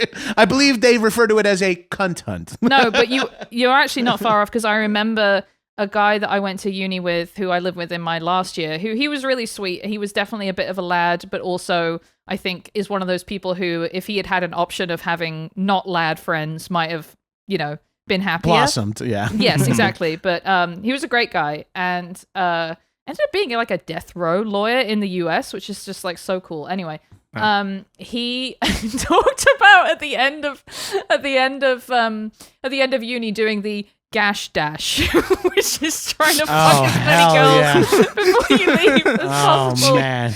Good Lord. That just implanted itself in my vocab forever. Gash By the dash, way, yeah. sorry. When I'll be like, I learned that from my friend Libby. Like, I learned that from a woman, a British woman. From a woman. She gave me permission to say it. A woman said this to me once. I swear to God, it's not my idea. I did not invent gash dash. Yeah, I don't know, because again, like, this is all something where I have a sort of mixed relationship with it, because there were definitely times where the guys were doing laddish stuff that I wanted to be a part of and thought was funny. Like when they did wizard staff. Did you have wizard staff in the US? Yeah. it's I don't know like what this is. Every beer you finish, you tape on top of the previous beer, and so whoever has the biggest wizard staff, they drank like 15 beers or whatever. Yeah. You end up having like a long staff made up of cans of beer. Yeah. I actually saw someone leaving. I went to see King Gizzard and the Lizard Wizard at the Hollywood Bowl this weekend, and I saw someone leaving that concert with their wizard staff. I was like, damn, he was tall too. I can get behind that. I did Edward 40 Hands when I was like 39 again. It's like such a like I love fucking I was gonna say relapsing, but I mean regressing. But I guess it's I'm not sober, so it's not a full blown relapse, but it is like a relapse into a culture I'm not part of anymore. And every once in a while, I love to just fucking to do that, to get after. Here's the thing. It's better as a treat. With all of these things are a lot of the time better when you're not doing them every weekend. You know, you're not doing them every single Friday and like, you know, blowing all your money on, you know, Wicked Blues at the club or you know, getting a Jet2 holiday to Magaluf to try and, you know, like pull a bunch of birds. You know, it is fun when you're like... These are all phrases I have 100% heard said directly to my face. Yeah. We'll pull a bunch of birds, mate. Okay. We're going to pull so many birds. I'm like, guys, we never do. like, what are we talking about? That's always there's also, that's a weird unspoken thing too of like, we're going, and it's about, okay, I don't mean to make this sound as crass as it does, but like fishing and hunting, it doesn't matter if you don't catch anything. It's about being in the boat with your boys and drinking. Like there's something about just going out trying to get pussy and it not even happening, but it's just the fact that that's what you did. And that's maybe an element of lad culture where it's like, we're going out to get laid and then you just are so gross and obnoxious and drunk that it never even occurs. But the next morning you're like, oh man, what a great night. What about that chick with the fucking huge cans? Oh yeah, dude, I was so close. You know, like, and like if you replayed the footage, it would be like she just like waved as she went into the toilet or something like that. And guys would be like, oh man, I wish she probably had a fucking boyfriend though, you know? And it's like that there's like this idea of like, men can't just go like, we're going to go out and get wasted. It's like, well, hopefully there's no chicks here. This place fucking sucks. I'm like, guys, I'm 43 and married. It's like, let's just fucking sit here and just order another beer. Relax. What we this all place liked is cool. all along anyway. You know, that's what we liked about this, but no one has the insight to, and partly because I think it goes back to what we were saying earlier, is it's more acceptable to some degrees. We're not just guys hanging out. We are doing the male thing of trying to fuck, you know? So like that's I think that's fine, why you know? Male hangouts are so activity based too. It's always like, come over my house and play Madden. We're going to go watch the game. We're going to go try to pick up birds. We're going to go watch Family Guy and drink to it. We're going to do the power hour. We're going to play Flip Cup. We're going to do beer We're going to start a podcast. That's a big one. I mean, if the pinnacle of, unfortunately, of lad culture is podcasting, and we're all participating in it. If I was braver, I would start trying to listen to or watch some popular lad podcasts from the UK, but I genuinely am a little bit scared of them, almost like they're going to see me through the computer and go, oh, you fucking minger. Oh, it's a minger watching. Boo. Like it's like an alarm is going to go off. Say, minger detected. But I mean, that is kind of the other side of it, is like, I don't know if this is a universal experience. This could just be me.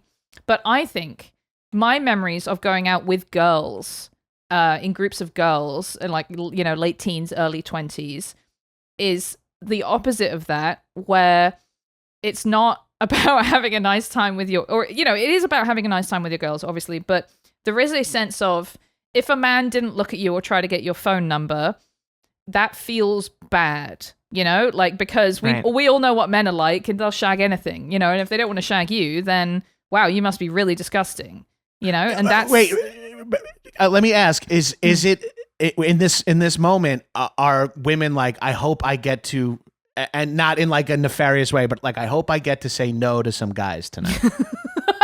I don't know. That's like, a good question. Because it does feel like it's like, I want to be hit on, but I don't. But I don't want to under my terms, under my auspice, like, and understandably. But it's like but it is kind of like, I hope I get to reject a few guys tonight, so I feel so, because that's even dudes going like, I hope I get to talk to some chicks tonight. Yeah. And I'm even saying chicks and dudes in 2025. So I'm a problem. I'm a major part of the problem. You fucker. You absolute fucker. Never mind that I've been saying it the whole time. No, you're right. To me, it was less like conscious than that, or maybe less explicit. But that was definitely a sense, I mean, certainly something I felt, but also like with other girls that I went out with. And, you know, I should say also girls like across the sort of like conventional attractiveness spectrum. You know, I had I had this friend at UCLA who was like outrageously beautiful. Like she looked like Liz Hurley or whatever, and it made her fucking insane because it was difficult to go places for her. Because women, it was difficult to go places. Men would just talk to her on the bus or whatever because they thought that her attractiveness was an invitation to talk to her. Right. Just by her existing and being attractive, it's like, oh great, here's something for me. At the same time, it didn't actually, it didn't make men treat her any better than they would treat. I was going to say a regular woman, but like the rest of us, I'll say. The rest of us, right? Yeah, exactly. And it made them crazy. And so I think that was sort of the other side of the the blokes are going out, but they all kind of know like you're going to strike out with women or whatever. For women that I was friends with, I think there was a sense of like, and other women expressed this to me at the time, sort of like, if you go out and no one talks to you, it's not that the night was a failure, it's just another notch in the, well, I'm not attractive, Right. More evidence in my insane self-esteem court case I'm running, where it's like more evidence that lands you over here. Question: in British women, when you go out, is there like we're getting fucking wrecked tonight? It's because like that's I think a part of lad culture is like the goal is to be like maybe pissing your pants and maybe being the butt of a joke on how fucked up you get.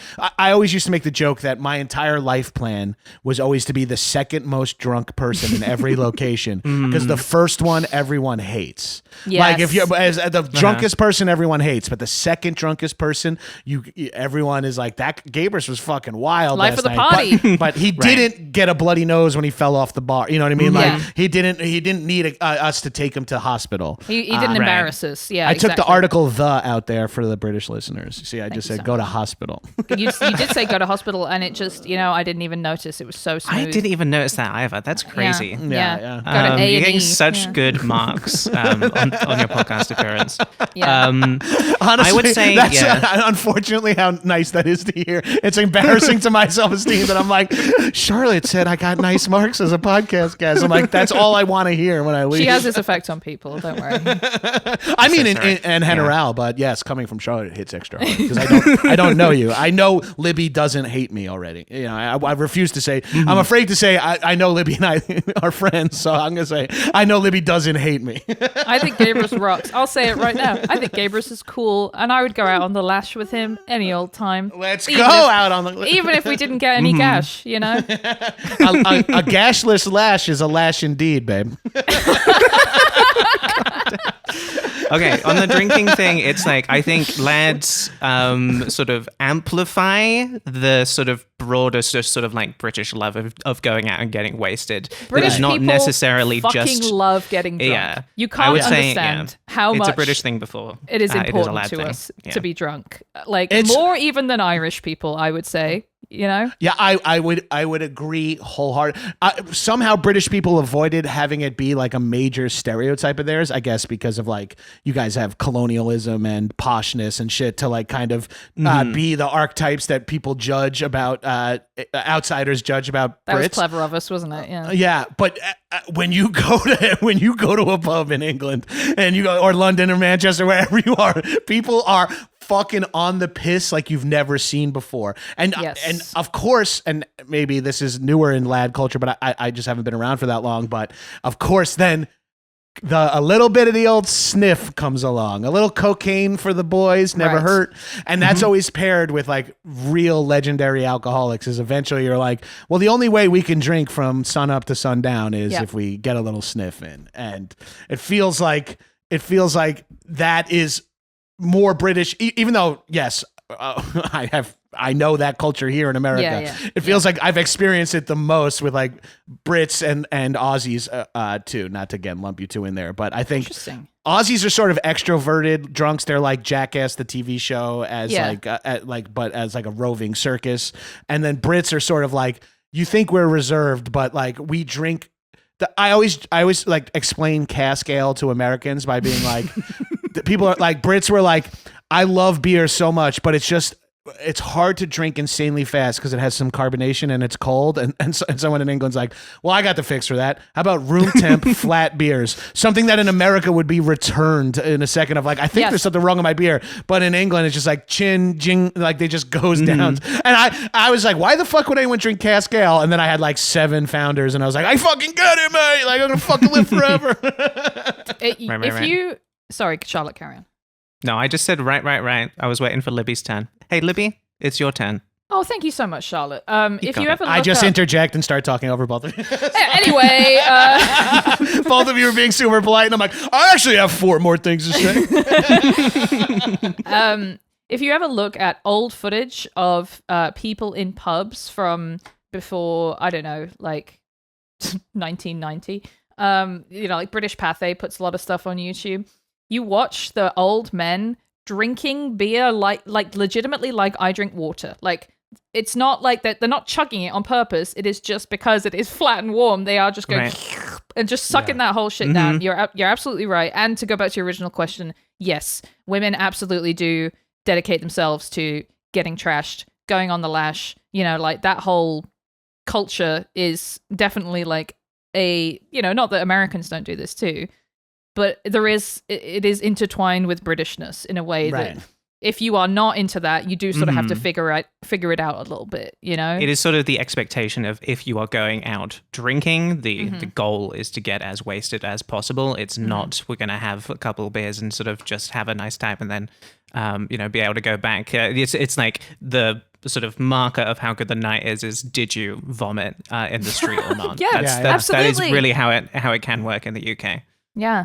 Yeah, and because like again, before everyone comes for me, I'm going off anecdotal evidence of being partying for 30 years of my life. But like in America, groups of women will get wasted, but it doesn't feel like they're leaving like, let's get fucking smashed tonight. They're like, we're going to go here and have a good time. I want to go to this bar and we'll dance or we'll go to this bar and because it's a cool place to go. And it's about like, I just want to dance with the girls and maybe a guy and maybe I'll talk to a guy. But I felt like even in college, like getting wasted would be like a byproduct rather than a goal. And again, not to try to get into women's heads, but it's like, no, please. Male privilege is I can get absolutely wasted and be a little safer than women of my age. Like it's just at the like I could be completely blacked out and wandering the streets and like. Because again, this is a male and size privilege that I could be relatively safe, whereas like a woman left without her friends, fucking hammered is like scary. It's dangerous. Yeah, an enormous risk. Yeah, exactly. Yes. No, you are absolutely right that that difference did exist. It was interesting when I did my middle year of university at UCLA, and I had a roommate who was British. Wait, you did England, America, and then back to England? Well, that's fucking interesting. I cannot begin to tell you how horrible that year was. I got out as soon as I could. In fact, I think I was in the UK for less than a full year because going from fucking Los Angeles, 78 degrees every day, perfect, sunny, to Coventry, which is a city that was flattened by the Nazis and then built up again in the 60s. So it's all like concrete interchanges and misery. It was a bad time. But I had, British friends while I was there, and one of my roommates was British, and definitely like she and me were like fueling some of that among the friend group. We were definitely like a bad influence on each other and other people around us with our approach to drinking culture. Like we had a big chart on the wall that we kept of all the girls that lived together. It was like 6 of us in 2 bedrooms. Fucking fantastic. Thank you so much, UCLA. And we had a chart of like, everybody's name and then things that we had done and stars, and we would get a star for each of them. And it was stuff like, got an A or whatever. And then it was also chundered, hooked up with a guy, like that kind of stuff. And it was like we were trying to get the most stars. And what a way to reinforce like bad ideas of self-worth. Yeah. Gold star. Did a good job, and also I fucked a guy and barfed. Oh, I'm so jealous. That's a double gold star night for Libby. And I did really well. Yeah, and I did really well at chundering as well because I am a chronic migraine sufferer and was still drinking way too much. And so I would be like, bleh, well, at least I get a star. Really not good. But yeah, that definitely like, last thing I'll say about lad culture versus bro culture is the sort of formalization of the bro culture in American frats was an order of magnitude scarier than lad culture in the UK. I think lad culture is broadly bad. It's a bad influence on things. I think, men should seek to replace that with more healthy forms of expression that don't involve being scary to women. But showing up at the door of a frat party and them kind of sizing you up and saying, okay, you girls can come in. No, the guys can't come in because then the ratio of men to women will be off. Or like my friend in a sorority telling me about the raids and stuff. I was like, oh my God, like they've like written down rules about how to be scary to each other. Right. Yeah.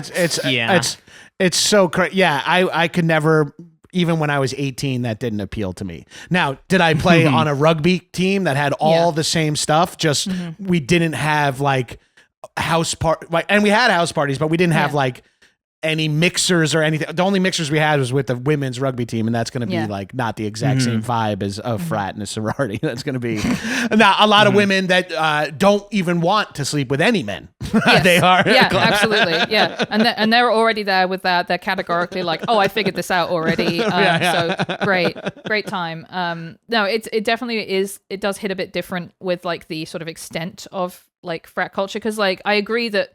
At Warwick, for example, the uni I went to, the rugby club was, like notorious for doing crazy stuff and horrible drinking games and taking it too far and, we're doing the baked bean chug or whatever, stuff that reminded me of stories I heard about frat hazing in the US, but that was just the rugby club, whereas with frats in the US, it's like a really large portion of the depending on body. the school, it could be between 10 to 20% of the student body, if not more at the bigger schools. Right. And then they have more, they had also sometimes more influence over student government and stuff like that. It's like, and there's a lot of money involved. It can be thousands of dollars a year to be in a sorority or a frat or whatever.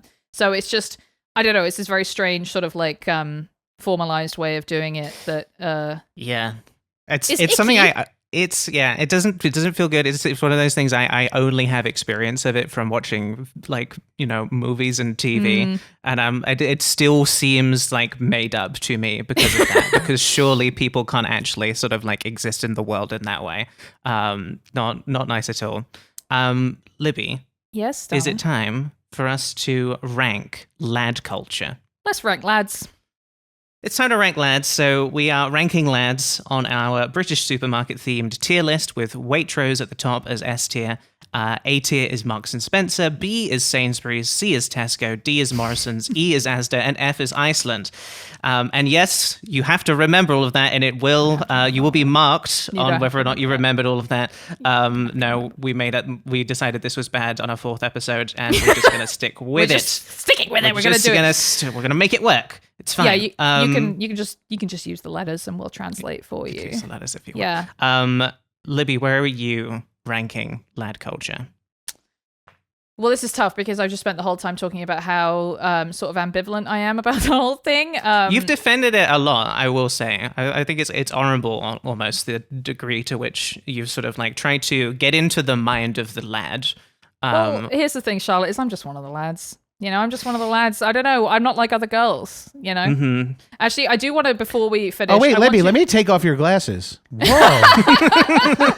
Take down that hair, that ugly bun. Gross. What a ponytail you have. Oh, yeah, exactly. Yeah. Now, this to me is a example of lad culture, or not lad culture, but lads being good and also being lads. And this, I'm going to play this while I deliberate. I'll be your dream, I'll be your wish, I'll be your fantasy. Fantasy. I'll be your hope, I'll be your love, be everything that you need. This guy on the right, everything. With every breath, truly, madly, deeply do. I will be strong, I will faithful. Be faithful, 'cause I'm counting on a new beginning, a reason for living, a deeper meaning. if I was a gender studies professor, I would do a whole class about this because it's so interesting to me. Libby, It's you reminded amazing me what of they something. can do when they come together. I know. First of all, one of these guys certainly named this video because it's called "Tough Guys Sing Savage Garden," which is a very funny choice of words. Hard blokes, yeah. This reminds me of that Instagram reel that was super popular where one guy plays all different lads at the pub singing this song, joining in one by one. So I think it's like a pattern. One of these came before the other, but it's like a guy's like old bloke at the bar getting wistful as he sees mates. You know what I mean? Like, and this one guy,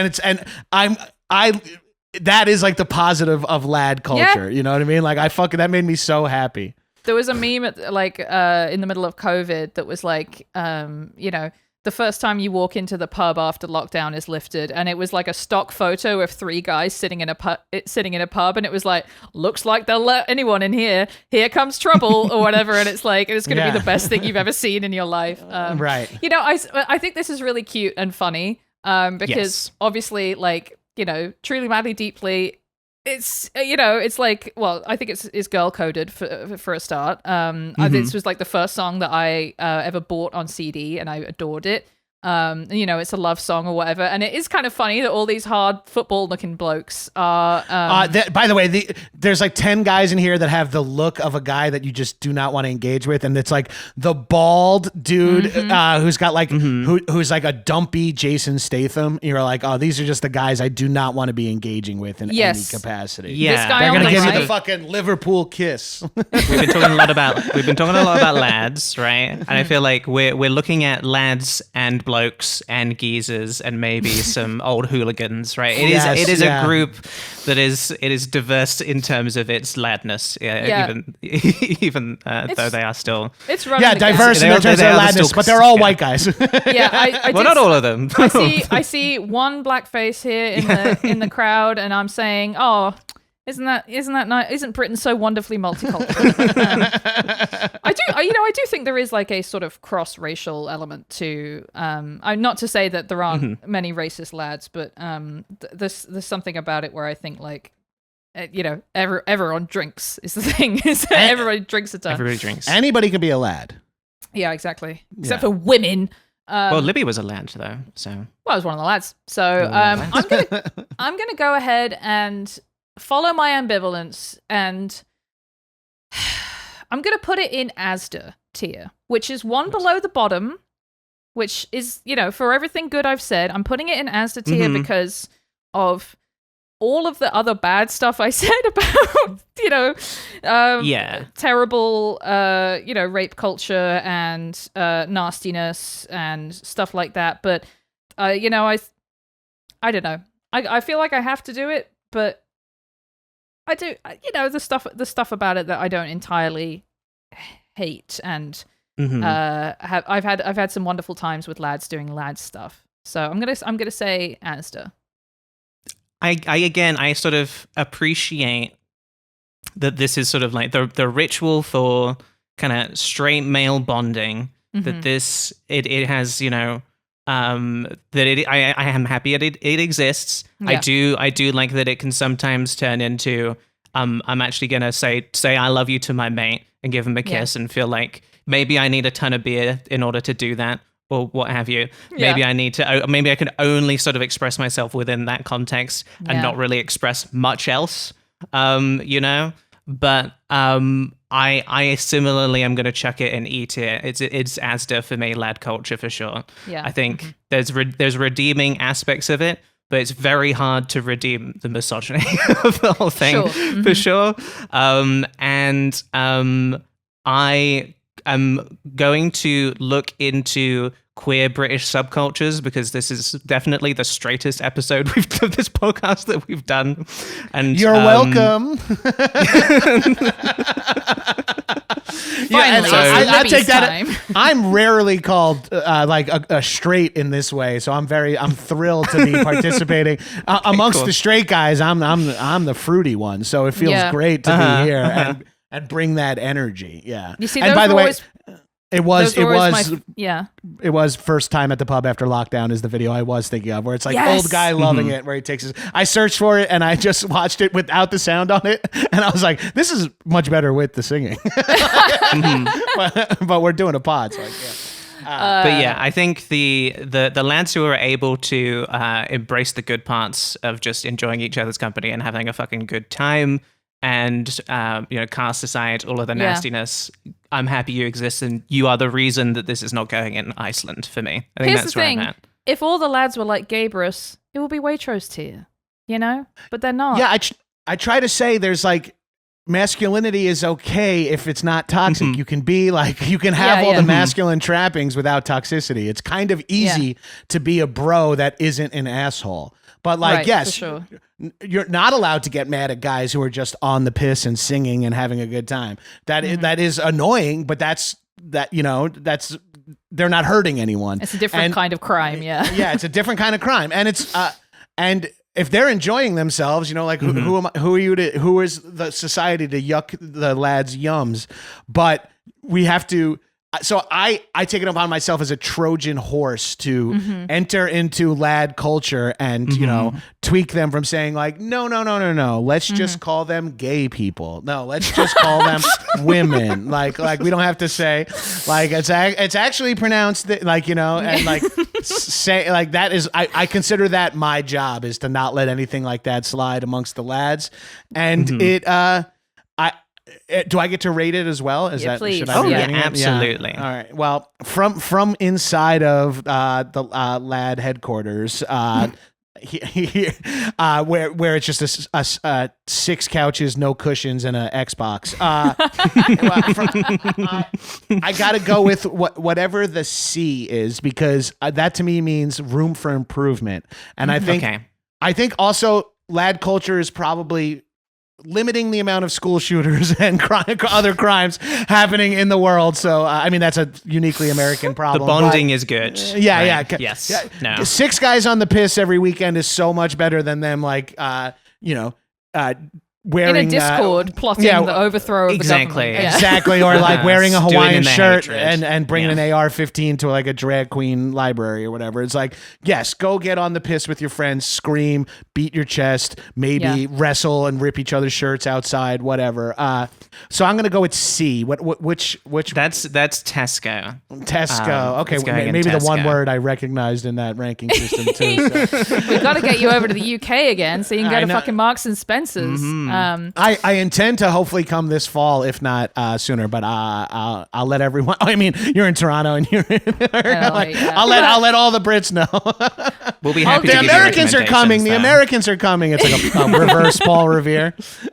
Yeah, absolutely. I'll give you my list of recommendations from the 1 month. 2 weeks I've spent there in the last 4 years. Gabrus, do you have time to play a little game? I have a little game for us. Do you have I'd time love a for game. I like nothing more than a little game. It's Libby's time for little Libby's game. I don't have a name for this, but what this is I have because obviously you hosted the show 101 Places to Party Before You Die. I thought I'd look up some stuff about Brits on holiday because Jet2 Holidays and drinking, it's a whole thing. So what we have here is a headline. We're going to have a headline, and I've blocked out some of it, and you have to guess what the end of the sentence is, and whoever is closest, I will give a point.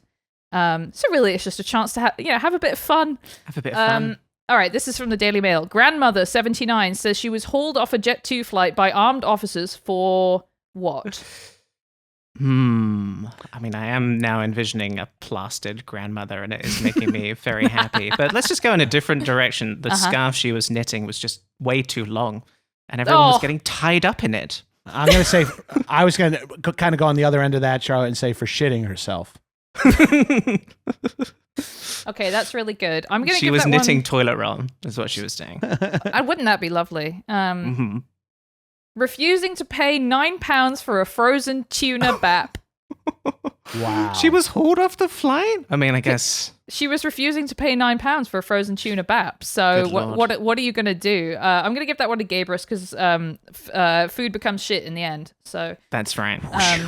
Yeah. And food becomes shit. My favorite Backstreet Boys song. The photo of her in the article was really funny, but I forgot to save it. But really, really good. And I'm on this woman's side. You wouldn't want to pay. She said it was soggy as well. It was both frozen and soggy. Oh, God, that's nasty. £9. What's that, like $12? Yeah, that's outrageous. Fuck you, Jet2. Revealed the extreme things Brits are doing to take their what on holiday. Gabrus, you want to go first? Go ahead. Oh, man, this is a real toss-up between... If it was Americans, I would say dogs. But since it's Brits, I'm going to say drugs.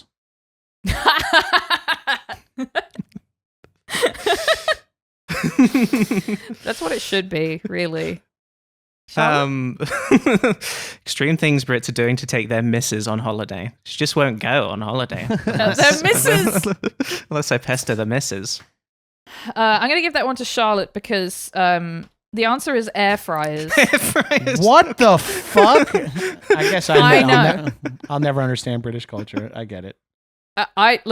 I don't know either. I didn't know that they were so attached to their air fryers, but hang on, I have the article up here. Let me open it up and see if they have any kind of fucking explanation for this. And this is the Daily Mail as well, of course. Right. So we can trust everything in it, and it's all true. It's all true. Verified, which is good. A lot of the time, the Daily Mail will just find a TikTok and then write it up as news. They'll say, people are doing this, or moment this happens, and then it's just someone's TikTok. But allegedly, there was a poll saying that 1 in 5 Brits say they've taken their favorite appliance on a trip abroad, which I don't think is possibly true. No. But apparently, people are trying to do it, which I think is really, really good. Because you just. I mean, if I was going to give a more real answer to this, it would have been tea, because that is a real thing that I do. Oh, I do. I bring my tea. I bring my tea bags. Yeah, sure. yeah. I was thinking like drugs because you could like boof it or whatever, but trying to boof an air fryer, you got to be, you almost got to be a pro. If you can boof an air fryer, you can make a lot more money than you don't need to go on a Jet2 holiday. Okay, next one. Seaside town rids itself of Britain's Magaluf nickname after huge cleanup and council ban on what? So this is about the seaside town of Newquay in Britain. Okay. What did they ban? Which I have spent lots of time in as well, because my dad lives in Newquay. I don't think I've ever heard of Britain's Magaluf. Council ban on... Now, what are my golf balls? But this is just because my dad lives by a golf course, so there were lots of golf balls around. After huge council ban on Charlotte's dad. What about surfboard wax? They love surfing down there, and it gets stuck to everything. Surfboard wax, thank you. That's what I'm going for. If it's Britain's Magaluf, and I have no idea what Magaluf is kind of an interesting place for me to be. So I'm going to say bird shit. I don't know how you ban bird shit, but I'm gonna say bird shit. I'm banning the birds from every time I see a seagull shitting. I'm like, hey, stop that. This is actually mankinis. Mankinis. Whoa, that's now I feel personally attacked as a budgie smuggler wearer, a Speedo boy my whole life. Absolutely. This is what was happening. This was what was happening on the end of Fistral Beach that I did not go to, I think. Yeah, in 2009, they banned mankinis and other inappropriate clothing, including fancy dress. So you can't go out in costume anymore in Newquay. Because I guess... Okay, well, that's great. Okay, this is very specific Newquay knowledge, but in Newquay, they fucking love Halloween. They love Halloween so much, and everybody in the whole city just goes crazy, and the whole city turns into a big party. So to ban costumes, that's crazy. Yeah. Magaluf is a town in Mallorca. So, yes, that's right. That I guess that's what they're saying. It's become so European. People are wearing bikinis. Yes, gotcha. Magaluf is associated with lads' holiday, going to it's like Ibiza basically. Yeah. It's just like completely covered in British people. And I actually read a lot about Magaluf and other places in Spain like enacting laws to basically try and either discourage or just straight up ban British tourists from going there. Barcelona is like super anti-tourism right now, and like they spray you with water pistols if you're visiting. It's crazy. Yeah. I saw one article that had a Daily Mail article that was outraged about someone having written "kill a tourist" on a statue in Spain, which I think was very funny. It sure stinks. This is from The Sun. Fury as busy beach in Spain tourist hotspot is swamped by pool of what? Yards from sunbathers. Gabrus? Oh my God, I've guessed shit twice and it's been wrong both times, but this feels like I gotta say shit. Sorry. Any specific type of shit? Because I also want to say shit. So is there a particular... human shite. Oh, human shite. I hate human shite. Charlotte, you have anything more specific? Let's go dog shite. Dog shite. Okay, yeah. Dog shite, a pool of dog shit would be quite an achievement, I think. This is a pool of human feces. It is human. The human. That's what got it for you. That's Look right. at that. Gabrus got it. I'm just gonna. It's like picking C on the Scantron all over and over and over again for your test. Yeah. I'm gonna keep saying shit, and I accidentally get 2 points. Absolutely, yeah. If you say that enough about a Sun headline, there will be an article about some shit. Now this one's really just fun for me. Mallorca's to what for me? Brit complains Ireland is more like what than Spain, with bars blasting out what and what on every corner. Now these are not all the same word, but if you can guess what they're driving at here, I will give you the point. What are they complaining that Mallorca is too like? Charlotte? Ooh, okay. I'm wondering if it's like blasting out, right? So it's music related. It could be shit. Could be a different bodily fluid that's being blasted out on every corner. Who's to say? I'm honest. Like maybe this is too on the nose. We're just talking about Ibiza, but I do think it is that, and maybe it's like I don't know, rave music, whatever rave music is. They're blasting that out on every corner. Rave music. I'm gonna go. Majorca's too white for me. Brits complain Ireland is more like Scotland than Spain, with bars blasting out U2 and Savage Garden on every corner. Very good. Oh, that's really nice. Unfortunately, I don't think they would ever complain about, because I think a British holidaymaker in Mallorca's absolute dream is if everything Spanish about it was removed and it was just as sunny as Mallorca, but entirely British. They would love that. Mallorca's too German for me. Brit complains Ireland is more like Munich than Spain, with bars blasting out techno and bratwurst on every corner. I said rave music. I'm giving it to Charlotte because she figured out the rave music. All right, this one is fun because it's just straight up clickbait, so I didn't even have to edit the image. British tourists warned against grotesque beach habit that people say is bizarre. Ooh, British tourists warned against. Burying themselves. Okay, I did see a really funny article about a guy who buried himself. He like dug a hole that was 8 feet deep and then needed to be rescued from it. And at the end, he was like, "It was brilliant. I'd do it again." Awesome. Yeah, Charlotte. Going swimming. Yeah, that is bizarre. Actually, it is so bizarre to go swimming. You go to the beach just to get your tan, and that's the whole reason. Actually, doing an activity on the beach, that's grotesque. Too far. Frankly. Yeah, exactly. No, this one is shitting and pissing. Actually, no, I should have just guessed it 5 times. Yeah. I really, I didn't know that you were going to go all in on shitting, but I guess. You don't know me that well, Libby. I don't know you as well as I thought I did. Yeah, it absolutely runs my life. So it's just an article about someone saw a sign on a beach in Portugal that said "No poop and pee," and they turned that into a whole article. There's no actual evidence of it happening. No one is talking about an incident of it happening. Someone just saw the sign and they wrote it up in the Daily fucking Mail, which I hate. That's journalism. British tourist makes tube of Pringles last for 4 hours to avoid what during flight to Tenerife? Okay. Guy who doesn't know what's in Pringles, getting scurvy. Getting scurvy. Guy who doesn't Getting know what's scurvy. in Pringles. I'm making the Pringles last as long as I can so I don't get scurvy on my flight to Tenerife. Very, very smart. Gabrus? To avoid jerking off? Trying to think of like what you wouldn't want to do on a flight. I'm so horny right now. The only thing I can do to contain myself is to just focus on one Pringle at a time. The Pringles Let are it made with dissolve. saltpeter, so it fucking knocks it. It's like how cornflakes were invented to stop people jerking off. Yeah. That's actually why they invented Pringles to suppress the urges. Mhm.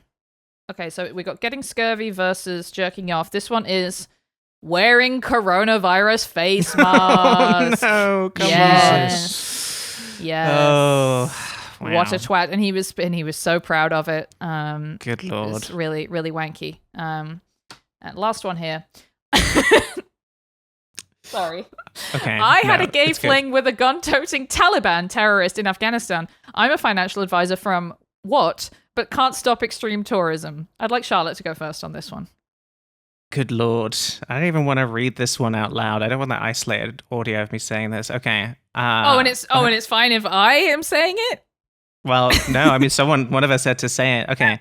Oh God. I can't think of one for this. This article rocked, by the way. I really loved it. It was a really good read. Let's say, really can't think of anything, so I'm just going to say the Isle of Wight. The Isle of Wight, great guess. Gabrus, you have a guess of where this person might be from? Wales. Wales. I'm going to give it to Gabrus because, of course, the answer is Bath. I had to put it Fuck! in. Because my Charlotte's from No! Not Bath! Not Bath, yeah. Not my ass being from Bath and having a gay fling with a Taliban terrorist. Okay. Been there, done that. Yeah, we've all done it. Yeah, it was an interesting article. I thought the guy unfortunately kind of came off like he was really cool. So There you go. that was the game. Great you guys, game, Libby. You guys drew, so I'm gonna say that you're both just as good at each other as being lads on tour. Oh, thank Yay. you so much. Yeah. Yes. Wonderful. That's so nice to hear. And Gabrus, so thank incorrect. you. Well, yes. Unfortunately, yes. Yes. Gabrus, thank you so much for coming on our podcast. Thank you for having me. Thank you for letting me get my rat out on what's all this. What all this, Stan? You're welcome to get your rat out anytime. What would you like to plug? I've got a free podcast, new episodes every Thursday, wherever you get podcasts, called Staying Alive. Me and my buddy Adam Pally host a health and wellness podcast, and neither of us are healthy or well. So there's that. And then if you want to get into the manosphere of podcasting, launch a comedy wellness podcast and see the fucking places you land. And then speaking of landing amongst toxic masculinity, I have a Patreon podcast called Action Boys, where we review classic action movies from the 70s, 80s, and 90s. We do have some free episodes available at free.actionboys.biz, or go to actionboys.biz to check out the Patreon and see if you want to jump on board. Yeah, we have several hundred episodes, so, you could jump on and off and, but you will be our friend if you join. And That's and right. of course, you can ask me Very any best questions. friend. Yes. Correct me about anything. It's actually Corey Feldman you're thinking of. Wait, never mind. I kept listening. You said it and fixed it. My bad. Yeah. That's my favorite, is when they're like, I'm going to do you a favor by telling you, like, it's okay that you got this wrong, but I'm still going to tell you that you got this wrong. Yeah. Yeah. Really, really good. And of course, we have a Patreon as well. If you want to listen to the podcast without any ads, if you want to listen to our finest episodes, we do one of those every single week. Or if you want to see the video episodes, if you want to see Gabrus's rat, it's only available on the video version of this podcast. You got to pay up to see that. We're What's All This Pod on Blue Sky and Instagram. And if you want to get in touch, maybe you've got an idea for a British Thought of the Week we could do in the future. Or if you just want to send us a nice message, it's whatsallthispost@gmail.com if you want to do that. And that is the podcast. Great job, everybody. Yay. A stars all round. Hell Let's. Well, Hooray! last night I got laid and barfed, so 2 stars for me, baby. Yeah, that's right. Let's go. Shooting up the charts. Okay, bye-bye, everybody. Bye. What's all this then? What's all this then? What's Mr. B? What's a cup of tea? What's mushy pea?